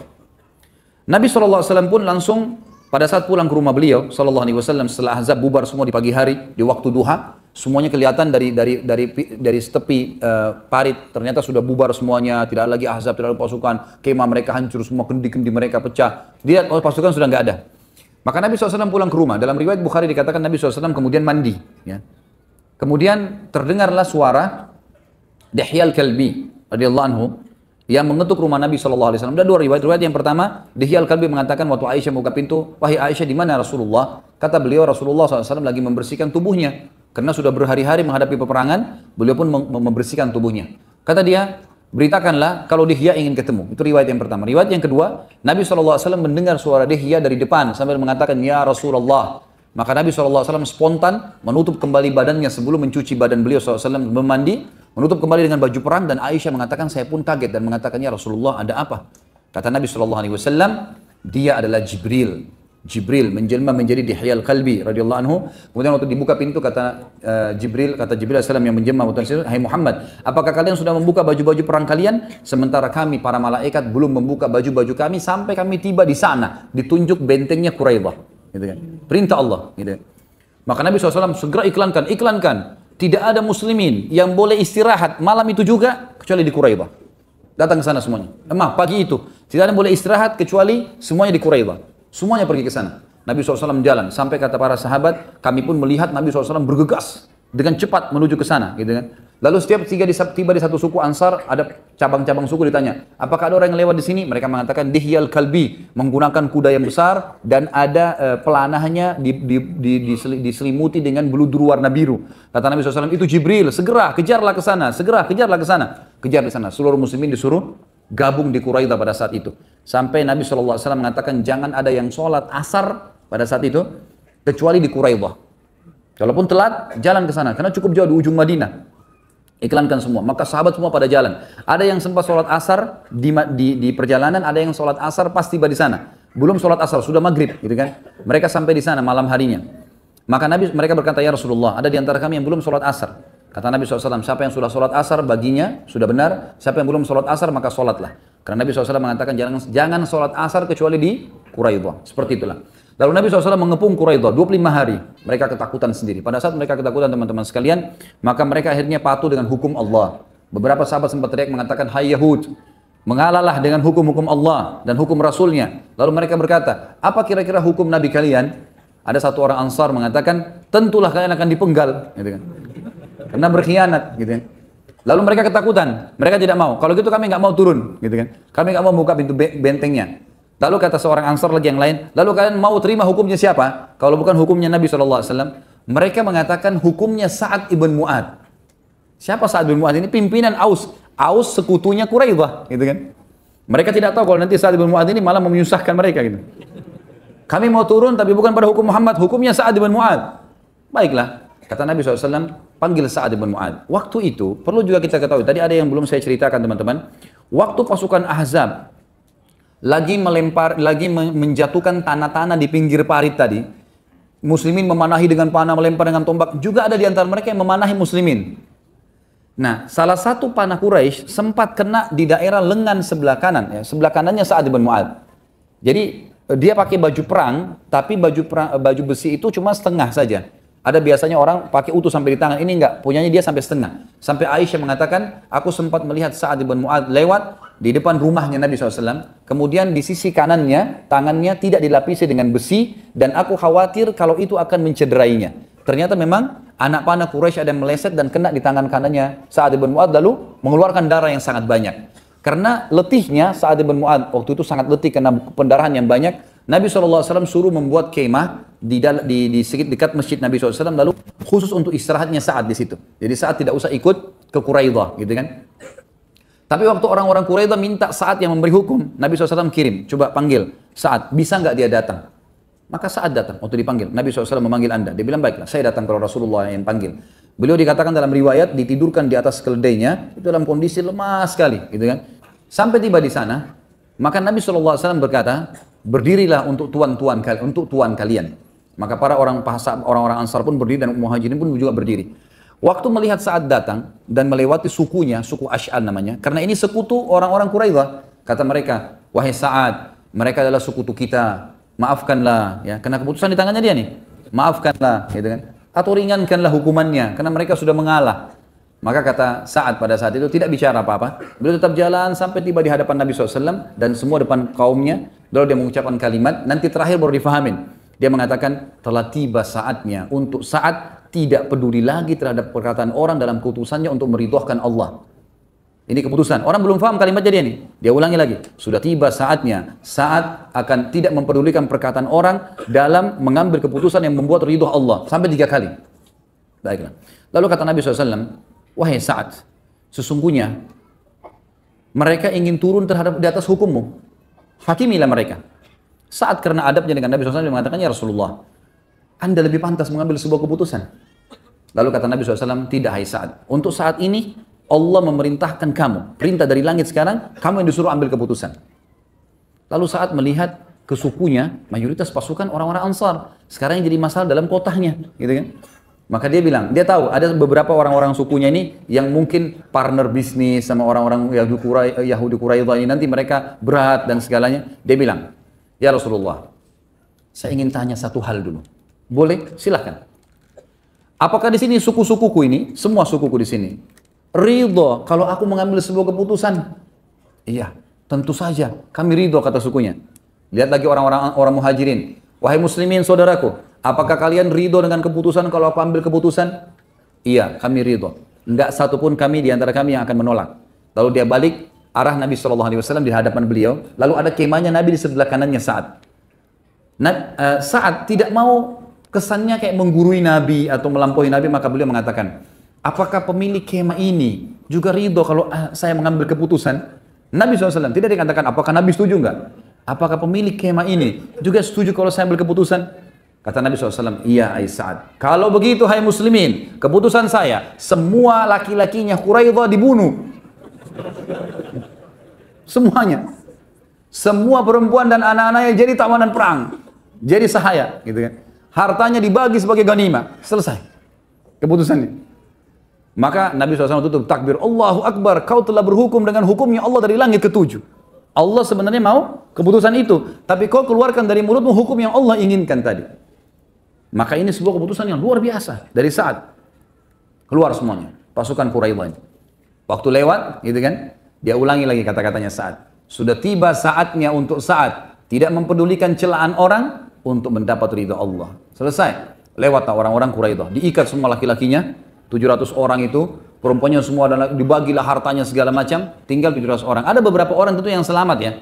Ada di kajian sirah saya sempat sampaikan itu, ada, saya lupa sekarang namanya, ada satu orang yang pada saat dia lagi dipegang oleh muslimin, dia lihat ada satu ibu muslimah lewat dan dia kenal, dia sering transaksi jual beli sama ibu itu. Lalu dia teriak, hai ibu, saya mau disembelih, gitu. Maafin saya, lindungin saya, gitu. Maka ibu itu pun mengatakan kepada pasukan muslimin, sebentar, saya mau lindungin orang ini. Dibawa ke Nabi SAW, ya Rasulullah ini lindungan saya. Kata Nabi SAW, silahkan ambil. Gitu kan. Maka orang itu pun syahadat. Orang syahadat, setelah dia syahadat, dia bilang, Alhamdulillah, gara-gara syahadat saya nggak jadi dibunuh. Kisah pada saat itu tentunya. Yang jelas ada beberapa orang yang ada kisah-kisah unik. Kalau antum ikutin di sirah itu ada kisah tentang perang Bani Quraidah. Panjang lebar ceritanya. Karena ini masih ada pelajaran-pelajaran yang kita bahas nanti, jadi saya tidak bisa bahas semua. Ringkas cerita, dikumpullah 700 orang itu, kemudian dibawa 10 orang lalu dibunuh, gitu kan? Hukuman terhadap pengkhianatan. Mungkin orang teman-teman sekalian kalau dengar sepintas kisah ini, wah muslimin juga membantai, gitu kan? Kasusnya ini bukan masalah membantai teman-teman sekalian. Kasusnya kalau Quraidah malam itu, hari itu membuka bentengnya, satu Madinah habis. Dan perlu kita garis bawahi, muslimin waktu itu pusatnya di Madinah. Artinya kalau habis semua ini. Pengkhianatan mereka bukan pengkhianatan yang biasa. Itu yang pertama. Yang kedua, pada saat lagi mau diajak negosiasi oleh Sa'ad bin Mu'ad dan Sa'ad bin Ubadah, mereka malah sengaja menancapkan kesepakatan yang disobek, ditempelin pakai pisau di temboknya. Kan? Kemudian mereka menantang Sa'ad bin Mu'ad dan Sa'ad bin Ubadah. Lebih-lebih lagi yang mereka tantang Sa'ad bin Mu'ad. Yang akhirnya mereka tidak sadar, mereka mengatakan kami mau berhukum dengan Sa'ad. Akhirnya Sa'ad ambil keputusan itu, gitu kan. Dan ada yang unik teman-teman, waktu mereka mau dibunuh, proses pembunuhan sebenarnya Nabi SAW membuka peluang. Siapa yang mau Islam silahkan. Atau yang mau mengalah silahkan. Nah, yang mengalah dalam arti kata, ya sudahlah saya minta maaf, saya begini, berikan saya keamanan. Nabi SAW maafkan. Ada beberapa orang yang Nabi SAW maafkan. Tapi yang memang membangkang, nggak mau. Mereka anggap mereka mati syahid. Orang-orang Yahudi ini anggap kalau dibunuh oleh muslimin mati syahid masuk surga, gitu kan. Sampai ada di antara mereka waktu itu Nabi ada satu sahabat melindungi satu orang. Sinilah saya lindungi kamu. Dia bilang baik, terima kasih. Istri anak saya lindungi, harta saya lindungi. Ya Rasulullah ini lindungan saya. Karena dalam peperangan kan istijar namanya. Kalau seorang muslimah juga sama, perempuan muslimah. Kalau dia melindungi satu orang kafir, dia bilang ini di bawah naungan saya, nggak boleh ada yang ganggu. Ini dalam hukum Islam memang begitu. Orang yang biasa pun boleh melindungi siapapun orang kafir. Jadi ini bukan masalah kasus bantai-bantai, bukan, gitu kan. Memang yang dibunuh itu yang membangkang. Memang mereka anggap mati. Kalau tidak ya kita melawan. Mereka mau anggap seperti mati syahid. Maka orang ini sahabatnya melindungi. Baiklah saya lindungi kamu sama keluargamu. Sudah pas dilindungin, dia tanya, bagaimana dengan teman saya si Fulan? Ada temannya. Temannya ini terkenal dia yang merobek surat kesepakatan akad dengan Nabi SAW. Kata sahabatnya tidak bisa. Kalau orang itu pasti dibunuh. Kata orang ini kalau gitu nggak usah lindungi saya. Saya mau masuk surga bersama itu. Akhirnya dibunuh juga. Jadi memang yang terbunuh ini teman-teman bukan masalah kasus pembantaiannya, tapi kasusnya memang mereka pengkhianat dan mereka memang dasarnya maunya itu, memang maunya dibunuh. Karena masih dibuka peluang untuk meminta maaf. Karena ada di antara mereka minta maaf, minta keamanan dari Nabi SAW itu lain, gitu kan? Selanjutnya teman-teman sekalian adalah yang keempat dari manaqib, ya, dari keutamaan Sa'ad radhiyallahu anhu.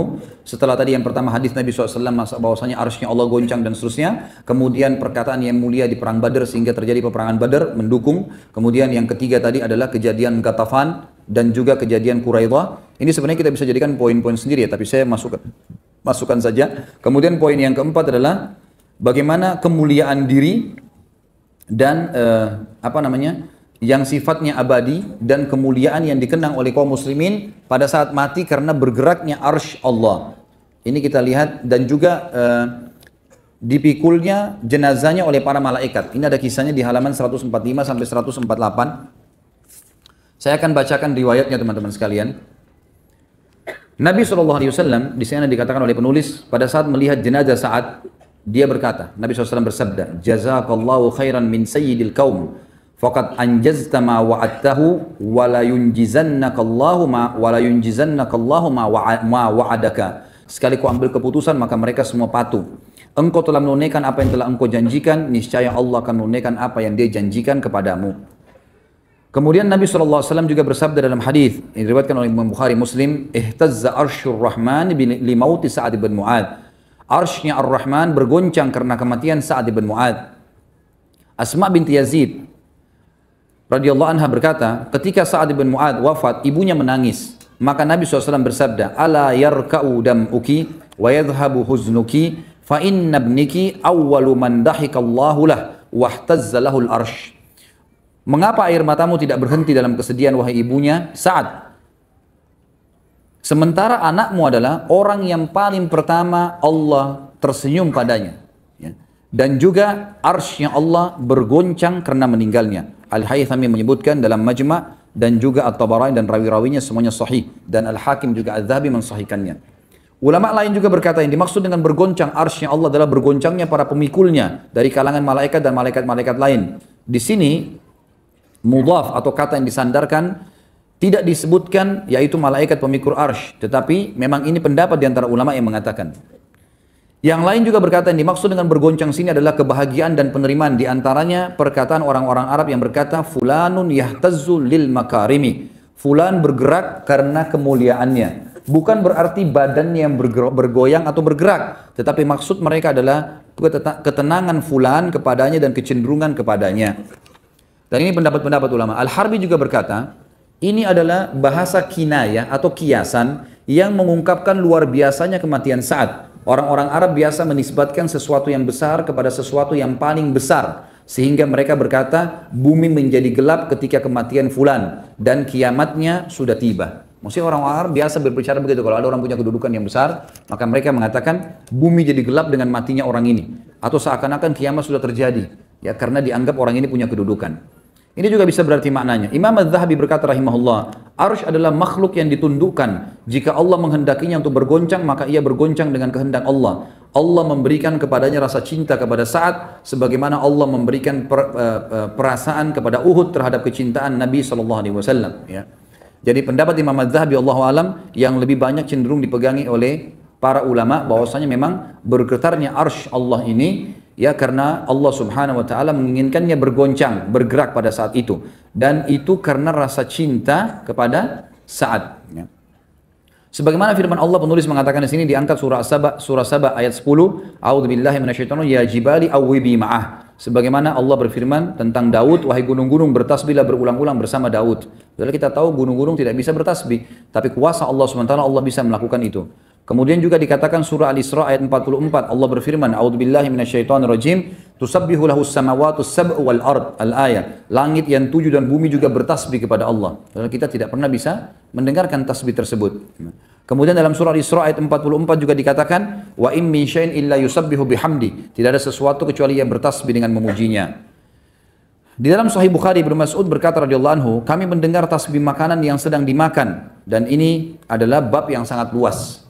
Dalam arti kata teman-teman sekalian, kita hanya mau menekankan bahwasanya memang kalimat daripada bergetar arsy-Nya Allah ini tidak ada satupun perkataan di sini dari para ulama yang mengatakan Allahnya yang bergetar, gitu kan? Karena tidak mungkin kita mengucapkan kalimat ini, tidak santun kepada Allah SWT. Tapi arsy adalah ciptaan Allah dan sudah diberikan tadi gambaran, bisa karena perintah Allah, bisa karena kecintaan arsy kepada Allah, bisa karena apa saja ya. Mungkin pemikul arsy yang bergoncang karena malaikat-malaikat itu mencintai Sa'ad dan seterusnya. Dan dalam satu riwayat Ibnu Umar meriwayatkan dinisbatkan kepada Nabi SAW, dikatakan Nabi SAW bersabda, ihtazzal arsyu li hubbi liqa'illahi Sa'ad. Arsy bergoncang karena mencintai perjumpaan Allah dengan Sa'ad, dan ini diriwayatkan oleh Ibnu Sa'ad dan Hakim, dan beliau mensahihkannya. Dan Allah alam, kesimpulan dari semua apa yang disampaikan ini yang lebih kuat adalah pendapat yang dipegangi oleh para ulama yang terakhir sekali, bahwasanya dikatakan arsy-Nya Allah bergoncang karena Allah mencintai menjumpai Sa'ad radhiyallahu anhu. Baik, ini adalah kejadian manaqib. Kemudian juga manaqib yang lain, yang kelima adalah masalah hadirnya malaikat pada saat dia meninggal untuk mengurus jenazahnya dan memikul jenazahnya. Disebutkan dari Mahmud bin Labib radhiyallahu anhu, beliau berkata, ketika tulang lengan Sa'ad terkena anak panah, lalu dia sakit karenanya, tadi lengan kanannya, maka mereka membawanya kepada seorang wanita yang bernama Rufaidah yang biasa mengobati luka. Jika Nabi SAW melewati Sa'ad, beliau menyapanya, mengatakan, bagaimana keadaanmu sore ini, bagaimana keadaanmu pagi ini, maka Sa'ad menjawab, sampai tiba satu malam di mana kaumnya memindahkannya dan sakitnya semakin parah, maka kaum Sa'ad pun membawanya ke Bani Abdil Ash'al di perkampungan mereka. Rasulullah SAW datang menjenguk Sa'ad, lalu dikatakan kepada beliau, kaumnya telah membawanya pulang. Maksudnya Nabi kunjungi dia di masjid, di kemah dekat masjid, tapi ternyata sudah nggak ada, dibawa pulang ke kaumnya. Lalu Nabi SAW berangkat dan kami mengikuti beliau, kata Mahmud ibn Labib, beliau pun berjalan dengan cepat sampai tali sandal kami terputus karena cepatnya Nabi SAW berjalan. Jadi pada saat sudah diangkat dari kemahnya di dekat masjid, dibawa ke rumahnya, di perkampungannya, Nabi SAW segera mengejar ke sana. Ada alasannya kenapa dikejar nih. Dan Nabi SAW buru-buru, sampai para sahabat karena mengejar Nabi SAW, sandal-sandal mereka terputus.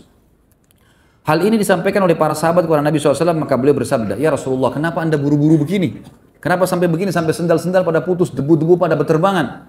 Maka kata Nabi SAW, inni akhafu an tasbiqana ilaihil malaikatu fatagsiluhu kama gasalat Handalah. Aku khawatir para malaikat mendahului kita memandikannya sebagaimana mereka memandikan Handalah. Dan ini hadis sahih. Ya. Ini menandakan teman-teman sekalian, pada saat itu Nabi SAW sudah tahu kalau Sa'ad begitu tiba di sukunya sudah meninggal dunia. Dan Nabi SAW buru-buru, kenapa? Karena beliau ingin memandikan jenazahnya Sa'ad ibn Mu'ad. Dan beliau berkata, saya khawatir jangan sampai kalau kita telat tiba di sana malah malaikat yang mengurus jenazahnya. Di dalam sabda Nabi SAW yang lain dikatakan bahwasanya kami bertanya, kata para sahabat, kami bertanya, wahai Rasulullah, kami tidak membawa seorang mayit yang paling ringan dibandingkan dia, si Sa'ad ini. Maka kata Nabi SAW, ma yamna'uhu an yakhiffa wa qad habata minal malaikati kada wa kada lam yahbitu qattun qabla yaumihim qad hamaluhu ma'akum. Bagaimana tidak ringan jenazahnya? Jadi waktu sahabat angkat itu kayak ringan sekali. Sebagian athar menyebutkan seperti jenazah itu kalau mau dipindahkan ke tangan yang lain seperti sebuah kapas, ya, yang sangat ringan sehingga mudah pindah di pundak-pundak para sahabat. Mereka bertanya, Rasulullah, kami belum pernah mengangkat jenazah. Bagaimana kalau jenazah kemudian seperti kapas, sangat ringan, gitu kan? Seperti ini, kata Nabi SAW, bagaimana tidak ringan, sedangkan para malaikat dengan jumlah sekian dan sekian telah turun. Mereka tidak turun sebelum hari ini, mereka memikul Sa'ad bersama kalian. Dan ini bisa dilihat untuk nomor 16, riwayatkan Ibnu Sa'd dan dihasankan oleh Arnaud, ya, dalam Asy-Syiar. Ada riwayat lain menyebutkan juga bahwasanya Nabi SAW bersabda, Hadal abdus salih, alladhi taharraka lahul arsh, wa futihat abwabus sama wa syahidahu sab'una alfan minal malaika lam yanzilu ilal ardi qabla dhalik laqad damma dammatan thumma ufrija anhu. Ya, ini diriwayatkan oleh An-Nasai dalam Kitabul Janaiz dan juga disahihkan oleh Albani dalam Sahihul Jami'. Kata Nabi SAW waktu tunjuk jenazahnya Sa'ad, ini adalah hamba saleh di mana arsh bergetar karenanya, pintu-pintu langit dibuka untuk menerima ruhnya, 70.000 malaikat menghadiri jenazahnya, mereka tidak turun ke bumi sebelum ini, kuburnya menghimpit lalu dilapangkan untuknya. Jadi ini menandakan memang hadirnya 70.000 malaikat yang mengurus jenazah Sa'ad radhiyallahu anhu. Tadi ada riwayat, jadi disebutkan tentu Handalah, kalau teman-teman masih mengingat riwayat Handalah kan, di salah satu peperangan Handalah ini baru menikah, kemudian dia menikah malam hari, dia belum berhubungan biologi sama pasangannya kecuali habis subuh. Habis sholat subuh di masjid bersama Nabi SAW, kemudian dia pun kembali dan menggauli istrinya, ya layaknya suami istri. Baru selesai berhubungan, dia belum sempat mandi junub, tiba-tiba ada komandan perang, jihad. Maka Handalah pun ikut, belum sempat mandi junub. Pada saat dia masuk di medan perang, dia terbunuh oleh musuh. Lalu Nabi SAW pada saat melihat jenazah Handalah lalu sempat mengalihkan wajah beliau. Lalu para sahabat mengatakan, kenapa ya Rasulullah? Kata Nabi SAW, saya melihat malaikat memandikannya. Ada riwayat lain mengatakan, saya melihat istrinya dari bidadari menjemputnya. Jadi dia karena belum dimandikan, maka dimandikan oleh malaikat. Ini sebuah kemuliaan tentunya. Disebutkan tentang Sa'ad radhiyallahu anhu, dan beliau adalah pimpinan kita, ya, salah satu pimpinan sahabat ridwanullahi alaihim yang mulia, Allah SAW, laqad tadayaqa ala hadzal abdi salih qabruhu hatta farrajahu Allahu an. Sesungguhnya kuburnya hamba saleh ini waktu saat sudah dikuburkan menyempit hingga Allah melapangkannya untuknya. Artinya memang kuburan saat saja terhimpit seperti itu, apalagi kuburan kita. Tapi tidak sampai merusak jasad orang-orang beriman. Ini yang dimaksud dengan kalimat tadi. Imam Az-Zahabi coba menukil kepada kita tentang masalah sempitnya kuburan Sa'ad di sini bukan termasuk azab kubur, sama sekali bukan. Tapi ia adalah sesuatu yang dirasakan oleh seorang mukmin sebagaimana dia merasakan sakitnya kehilangan anak dan kawan akrabnya di dunia, sebagaimana dia merasakan rasa sakit dari penyakitnya, rasa sakit ketika ruhnya keluar dari jasadnya, rasa sakit ketika dia diuji dan ditanya dalam kuburan, rasa sakit karena tangisan keluarganya atasnya, rasa sakit pada saat dia bangkit dari kuburnya, rasa sakit pada saat dia keluar berdiri menyaksikan ketakutan di padang mahsyar, rasa sakit ketika melewati api neraka dan sepertinya. Maksudnya tidak harus sakit fisik. Ya. Jadi sini dimaksud himpitan adalah bukan azab kubur, tetapi sesuatu yang dirasakan oleh seorang mukmin yang alami, sebagaimana dia rasakan banyak hal-hal dalam kehidupan dia. Ini bukan berarti sudah ada siksaan, karena peringatan dari Allah sama dengan kasus tadi Sa'ad. Bukan berarti dikatakan kuburannya menghimpit berarti dia akan berarti siksaan kubur, tidak, tapi dia adalah sebuah peringatan bahwasanya semua orang akan dihimpit oleh kuburannya, tapi orang mukmin tidak akan sampai rusak jasadnya. Surah Al-Mu'min juga ayat 18 berbunyi, a'udzubillahi minasyaitonirrajim, wa anzirhum yaumal azifati idil qulubu ladal hanajir, al-ayat. Berilah mereka peringatan hai Muhammad dengan hari yang dekat, ketika itu hari menyesak, hati menyesak sampai di kerongkongan. Apakah ini maknanya hatinya seseorang naik sampai ke kerongkongannya? Jawabannya tidak. Tapi yang dimaksud adalah peringatan tentang susahnya pada hari itu sampai seakan-akan hati seseorang mendesak sampai ke kerongkongannya. Tentu di sini ada peringatan-peringatan dari penulis, diantaranya beliau mengatakan, mungkin Anda mengira bahwa orang yang beruntung tidak akan mengalami ketakutan di dua alam, dunia dan akhirat, dan tidak mengalami kecemasan dan kekhawatiran. Maka itu tidak benar. Tapi orang mukmin bisa merasakan kecemasan dan kekhawatiran. Khawatir nanti jangan sampai dia disiksa sama Allah, khawatir jangan sampai amalnya belum diterima. Itu adalah sesuatu yang positif. Makanya ahli sunnah wal jamaah sepakat kita menyembah Allah dalam keadaan antara khauf dan roja, antara takut, khawatir dengan azabnya Allah, khawatir amal-amalnya masih kurang pahalanya, dan juga roja berharap rahmatnya Allah subhanahu wa ta'ala. Sebagai penutup dalam poin manaqib ini teman-teman sekalian adalah bagaimana meninggalnya tokoh kita Sa'ad radhiyallahu anhu. Ada sebuah riwayat menjelaskan kepada kita, atau dua buah riwayat. Yang pertama diriwayatkan oleh Imam Muslim dari Al-Bara' ibn Azib radhiyallahu anhu, bahwasanya Rasulullah SAW pernah diberi hadiah sebuah jubah dari sutra. Maka para sahabat merabahnya dan sangat lembut karena sutra yang sangat mahal, gitu kan. Walaupun Nabi SAW tidak memakai itu karena sutra tidak boleh dipakai bagi laki-laki. Tapi para sahabat kagum melihat karena hadiah itu sangat mewah, ditaruh di sebuah tempat yang mewah. Mereka kagum pada kelembutannya. Maka Nabi SAW bersabda, "Atajabuna min lini hadhihi lamanadilu Sa'd bin Mu'adz fil jannati khairum minha wa alyan." Apakah kalian kagum dengan kelembutan sutra ini? Sapu tangannya Sa'ad bin Mu'adz di surga lebih baik dan lebih lembut daripada ini. Padahal Sa'ad bin Mu'adz sudah lama meninggal. Ini kejadian sudah lama, beberapa tahun kemudian barulah Nabi SAW mendapatkan hadiah sutra. Maka Nabi masih menyebutkan sapu tangannya Sa'ad, dan sapu tangan sesuatu yang paling sederhana bagi dalam pakaian seseorang. Dia hanya dipakai untuk membersihkan keringat, membersihkan kotoran hidung, kan gitu. Dia sesuatu bukan yang dipamer atau diperlihatkan. Maka kalau itu saja di surga lebih baik daripada sutra di dunia. Dan ini menandakan kelebihan bagi Sa'ad. Dalam riwayat yang lain dikatakan, Nabi SAW diberi hadiah sebuah jubah dari sutra. Beliau tidak membolehkan sutra bagi laki-laki, dan beliau pun tentu tidak memakainya. Lalu orang-orang takjub kepada sutra itu. Maka Nabi SAW bersabda, "Walladzi nafsu Muhammadun biyadi, Sa'd bin Mu'adz fil jannah ahsanu min hadza." Demi zat yang jiwa Muhammad dalam tangannya atau genggamannya, sungguh sapu tangannya Sa'ad bin Mu'adz di surga lebih baik daripada ini. Hadis sahih riwayat Imam Muslim. Imam Nawawi rahimahullah berkata dalam Sahih Muslim, para ulama berkata bahwa hadis ini merupakan isyarat kepada kedudukan Sa'ad yang agung di surga. Sesungguhnya pakaiannya yang paling rendah sekalipun di sana di surga lebih baik daripada itu. Sapu tangan adalah sesuatu yang paling remeh karena digunakan untuk mengelap yang kotor dan biasanya diremehkan. Maka selainnya lebih baik. Hadis ini juga menunjukkan surga, menetapkan surga bagi Sa'ad. Artinya dijamin Sa'ad mati syahid dan masuk ke dalam surga.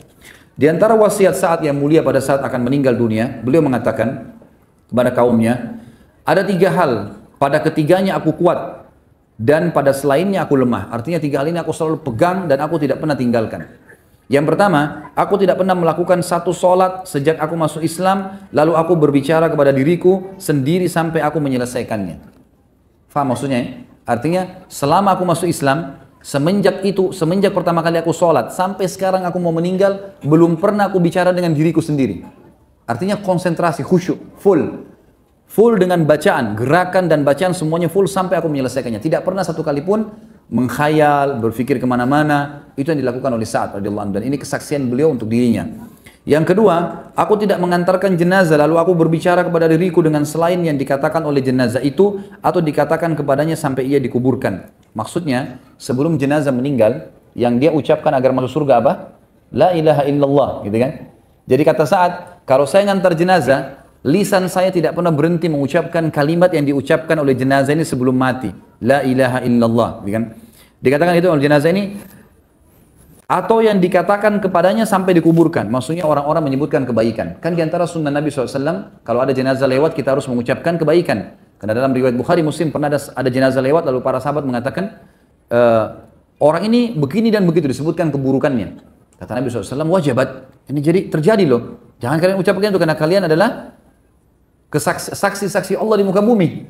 Lalu lewat orang yang satu, dipuji-puji kebaikannya, si fulan ini begini, begitu, dipuji-puji. Kata Nabi SAW, wajabat, terjadi. Sungguhnya kalian adalah saksi-saksi Allah di muka bumi. Jadi kalau ada jenazah lewat, kita dianjurkan untuk menyebutkan kebaikan, gitu kan? Walaupun ada kekurangan orang itu, apa yang baik yang kita tahu, kita sebutin kebaikannya. Karena kata Nabi SAW, udhkuru mahasina mautakum. Sebutkanlah kebaikan-kebaikan jenazah kalian.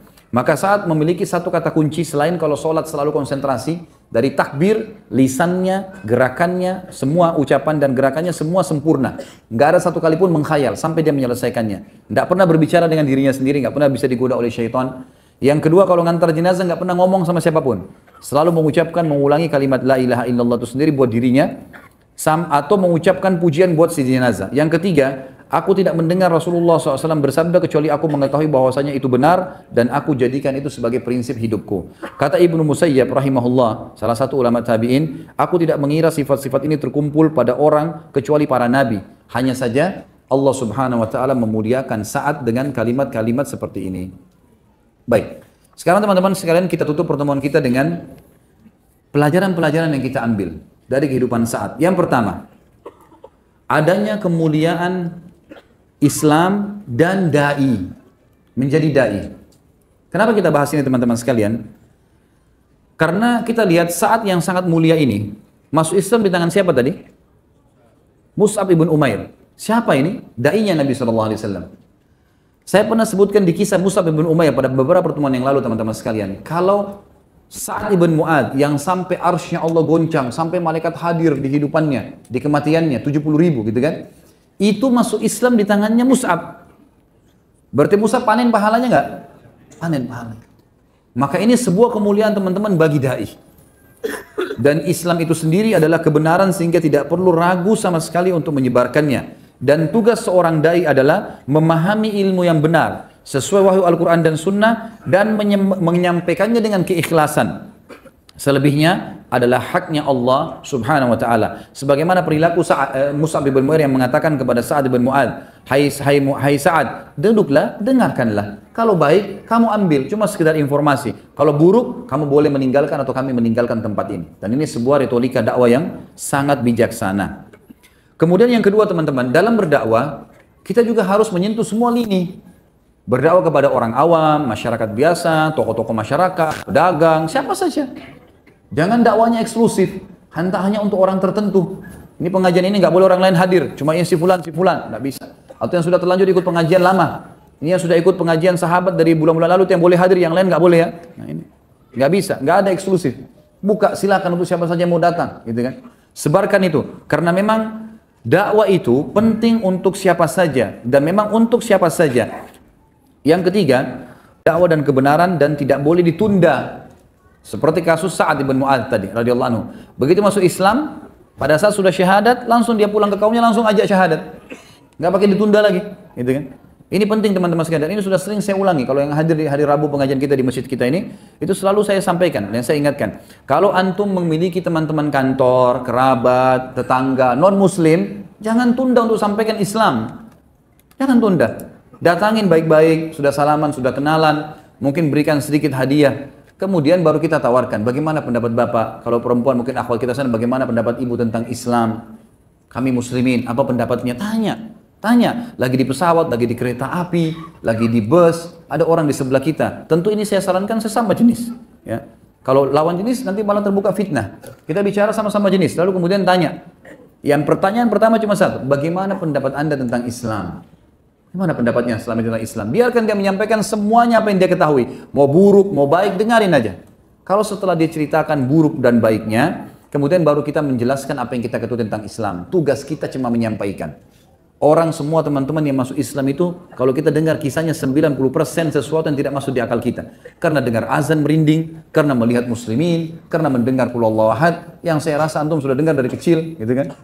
Tapi ini luar biasa bagaimana mereka bisa masuk Islam, dan ini penting. Dan akhirnya saat memanen pahala seluruh sukunya, karena masuk Islam, setelah dia masuk Islam dan menyebarkan dakwah. Yang keempat teman-teman pelajaran adalah, perlunya seseorang itu kokoh di atas kebenaran dan Islam, serta sangat yakin dengan janji Allah dan Rasulnya. Teman-teman sekalian, antum hadir di masjid ini yang Masya Allah jumlahnya sampai sekian banyak. Ini jangan dijadikan sebagai, sering saya bilang, jangan cuma testimoni, saya mau tes aja deh dengar ceramah, atau cuma seremoni ngerame-ramein dengan teman-teman saya aja, enggak. Datang ke lakukan sebuah perbuatan teman-teman dengan sebuah target, harus ada target. Apa yang saya dapatkan? Gitu kan? Dan selalu kalau majelis ilmu itu kita buka diri kita untuk mengambil yang positif. Ada yang negatif jangan diambil. Tapi yang kalau yang positif silahkan ambil, gitu kan? Jadikan sebagai pegangan. Apalagi kalau semuanya Masya Allah kebaikan, kenapa nggak diambil? Dan itu perlu. Kita harus tahu teman-teman sekalian, yakin. Dan bukan cuma itu. Kalau kita sudah yakin tentang kisah Sa'ad dan kisah sahabat-sahabat Nabi yang lain yang sudah kita jelaskan, penyampaian-penyampaian tentang hukum-hukum syar'i yang kita sudah yakin dengan dalilnya teman-teman sekalian, itu tinggal dipraktikin. Demi Allah tinggal tunggu mati kita bersama-sama dengan mereka. Ingat, para sahabat teman-teman kalau mau meninggal seseorang di antara mereka, itu mereka datang satu sama yang lain. Dan mereka saling berkata apa? Berita gembira buat kamu. Temannya mau mati, dia bilang berita gembira buat kamu. Kita kadang-kadang kalau orang sudah mau mati, kesian ya. Apalah kita bilang, gitu kan? Kalau mereka enggak, berita gembira buat kamu. Kenapa berita gembira? Mereka bilang apa? Sebentar lagi kau akan menemui semua hasil perbuatanmu yang baik-baik. Kamu akan masuk, kamu akan bertemu dengan Rasulullah SAW, kamu akan bertemu dengan sahabat-sahabatnya dan orang-orang soleh, dan kau akan masuk ke surga yang dijanjikan. Apa maksudnya kalimat ini teman-teman? Mereka memotivasi temannya yang mau mati, ini janji Allah semua benar. Kamu mati ini, kamu dahului kami mendapatkan itu semua. Cuma sabar sampai mati teman-teman. Kehidupan kita sebenarnya orang mukmin bukan di sini, di sana, di akhirat. Kehidupan abadi. Selanjutnya teman-teman sekalian, yang kelima adalah bagaimana cintanya para sahabat terhadap kematian dan rindunya mereka terhadap kematian tersebut, terutama bila dikumandangkan jihad oleh Nabi SAW. Dan kita bisa melihat bagaimana perkataan Sa'ad pada saat mengatakan wajabat, ya sungguh telah benar ya Rasulullah, waktu Nabi mengatakan semoga Allah merahmatimu. Sa'ad juga sempat berkata dalam perkataannya pada saat dia kena anak panah, dia mengatakan ya Allah, kalau seandainya setelah hari ini masih ada upaya Quraisy menyerang Nabi Muhammad SAW, maka hidupkan saya. Kalau setelah hari ini masih ada upaya Quraisy seperti perang Ahzab, karena perang Quraidah itu masih dekat sekali dengan Ahzab, gitu kan? Beberapa hari saja. Kalau masih terjadi penyerangan Quraisy, ya Allah panjangkan umur saya, karena aku akan membela Nabimu. Tapi kalau sudah tidak lagi pertemuan dengan Quraisy, artinya Islam akan menyerang Quraisy dan akan menang setelah hari ini, dan memang itu betul terjadi. Karena nanti setelah perang Ahzab, Nabi SAW mengatakan Quraisy tidak akan bisa memerangi kita lagi. Mulai hari ini kita akan memerangi mereka, gitu kan, sampai pembebasan kota Mekah. Kata Sa'ad, ya Allah, matikanlah saya setelah engkau memberikan penyejuk mataku terhadap suku Quraidah.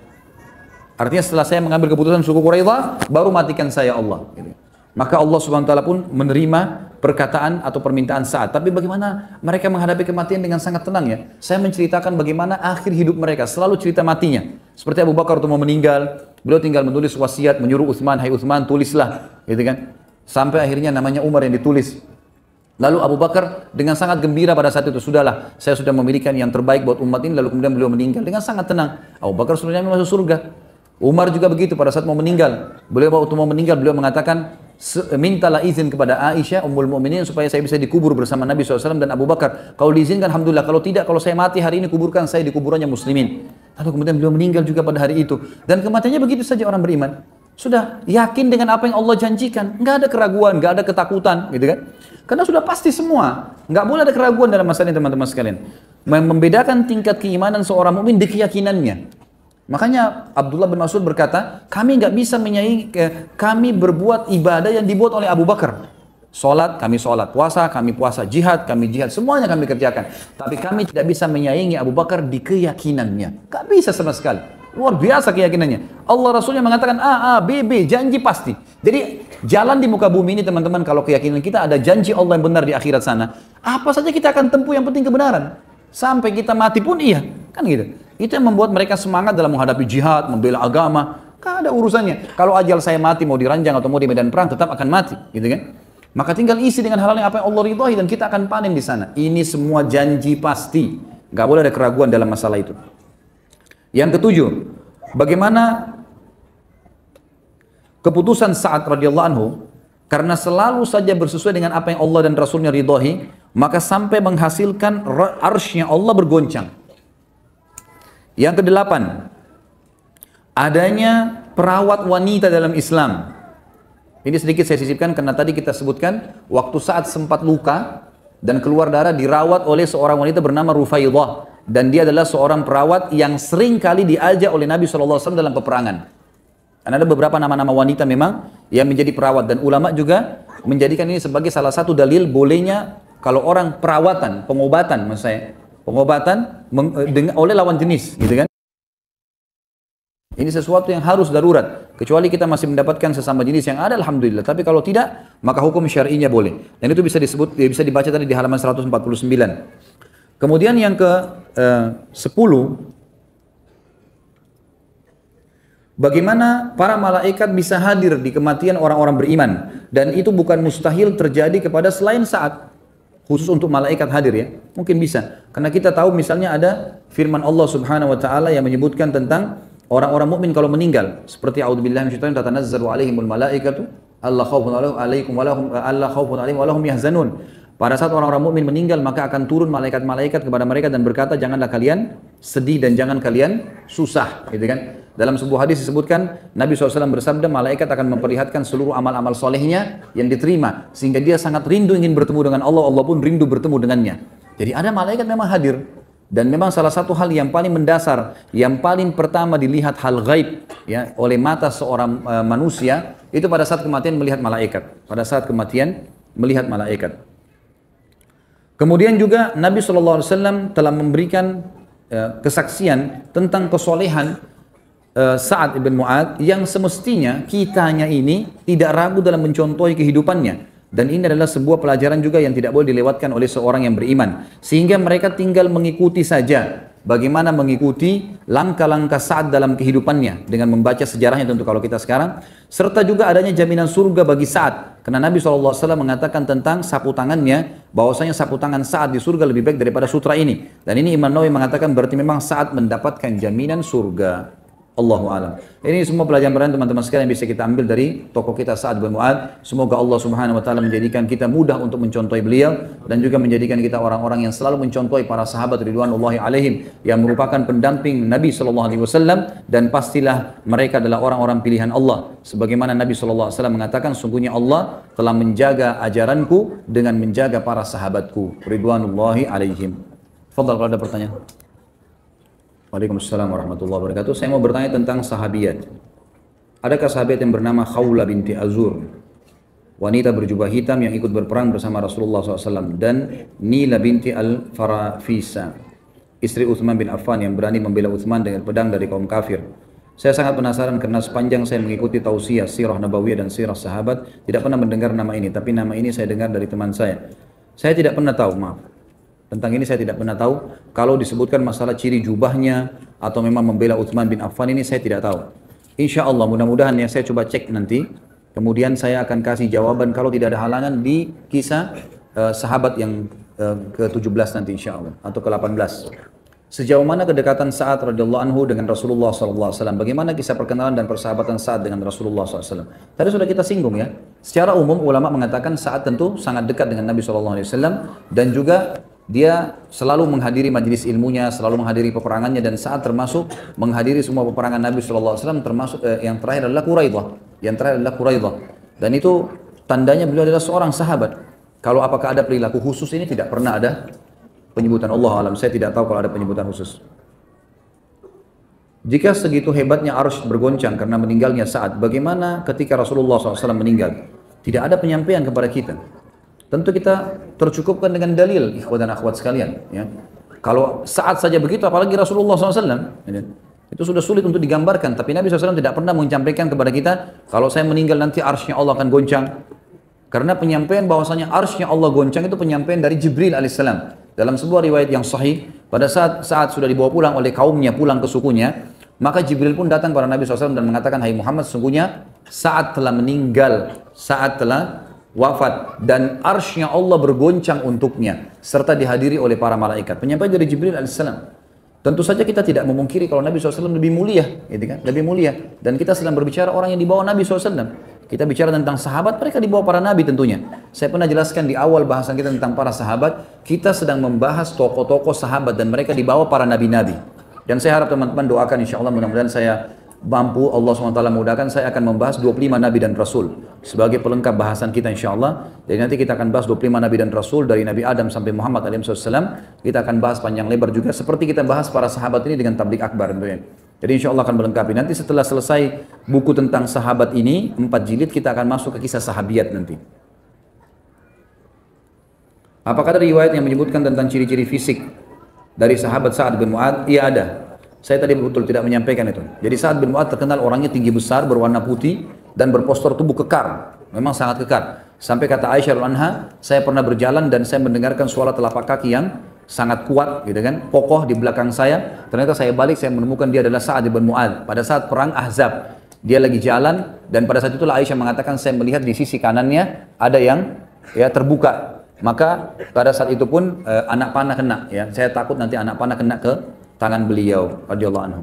Dan alhamdulillah ala kulli hal, Allah sudah mudahkan kita membahas sahabat yang mulia ini, dan kita berdoa kepada Allah Subhanahu wa taala semoga semua amal yang pernah kita kerjakan diterima olehnya, dan semoga semua dosa yang pernah kita kerjakan sekecil dan sebesar apapun juga dimaafkan dan diganti menjadi pahala. Semoga semua sisa umur kita ke depan diberkahi di keluarga, di harta, di ilmu, dan puncaknya kita akan masuk ke dalam surga Firdaus tanpa hisab. Dan kita selalu doakan saudara kita di Palestina, di Syria, di Yaman, di Irak, di Myanmar, di Ahsa, dimanapun mereka berada dan tertindas, semoga Allah ikhlaskan mereka, niat mereka, terima para syuhada mereka, muliakan Islam di tangan mereka dan tangan kita semua, dan semoga Allah partisipasikan kita bersama mereka di pahala, baik dengan doa dan harta juga dengan jiwa kita. Dan kita memohon kepada Allah dengan kemakmurannya agar menjadikan negara kita ini negara yang Islam, negara yang mengikuti hukum-hukum dan syariatnya, diberikan pemimpin-pemimpin yang adil dan kaum muslimin dan mukminin yang kuat imannya, dan juga menjadi contoh bagi negara-negara Islam yang lain. Dan terakhir teman-teman sekalian, semoga Allah menyatukan kita semua di surga Firdausnya tanpa hisab.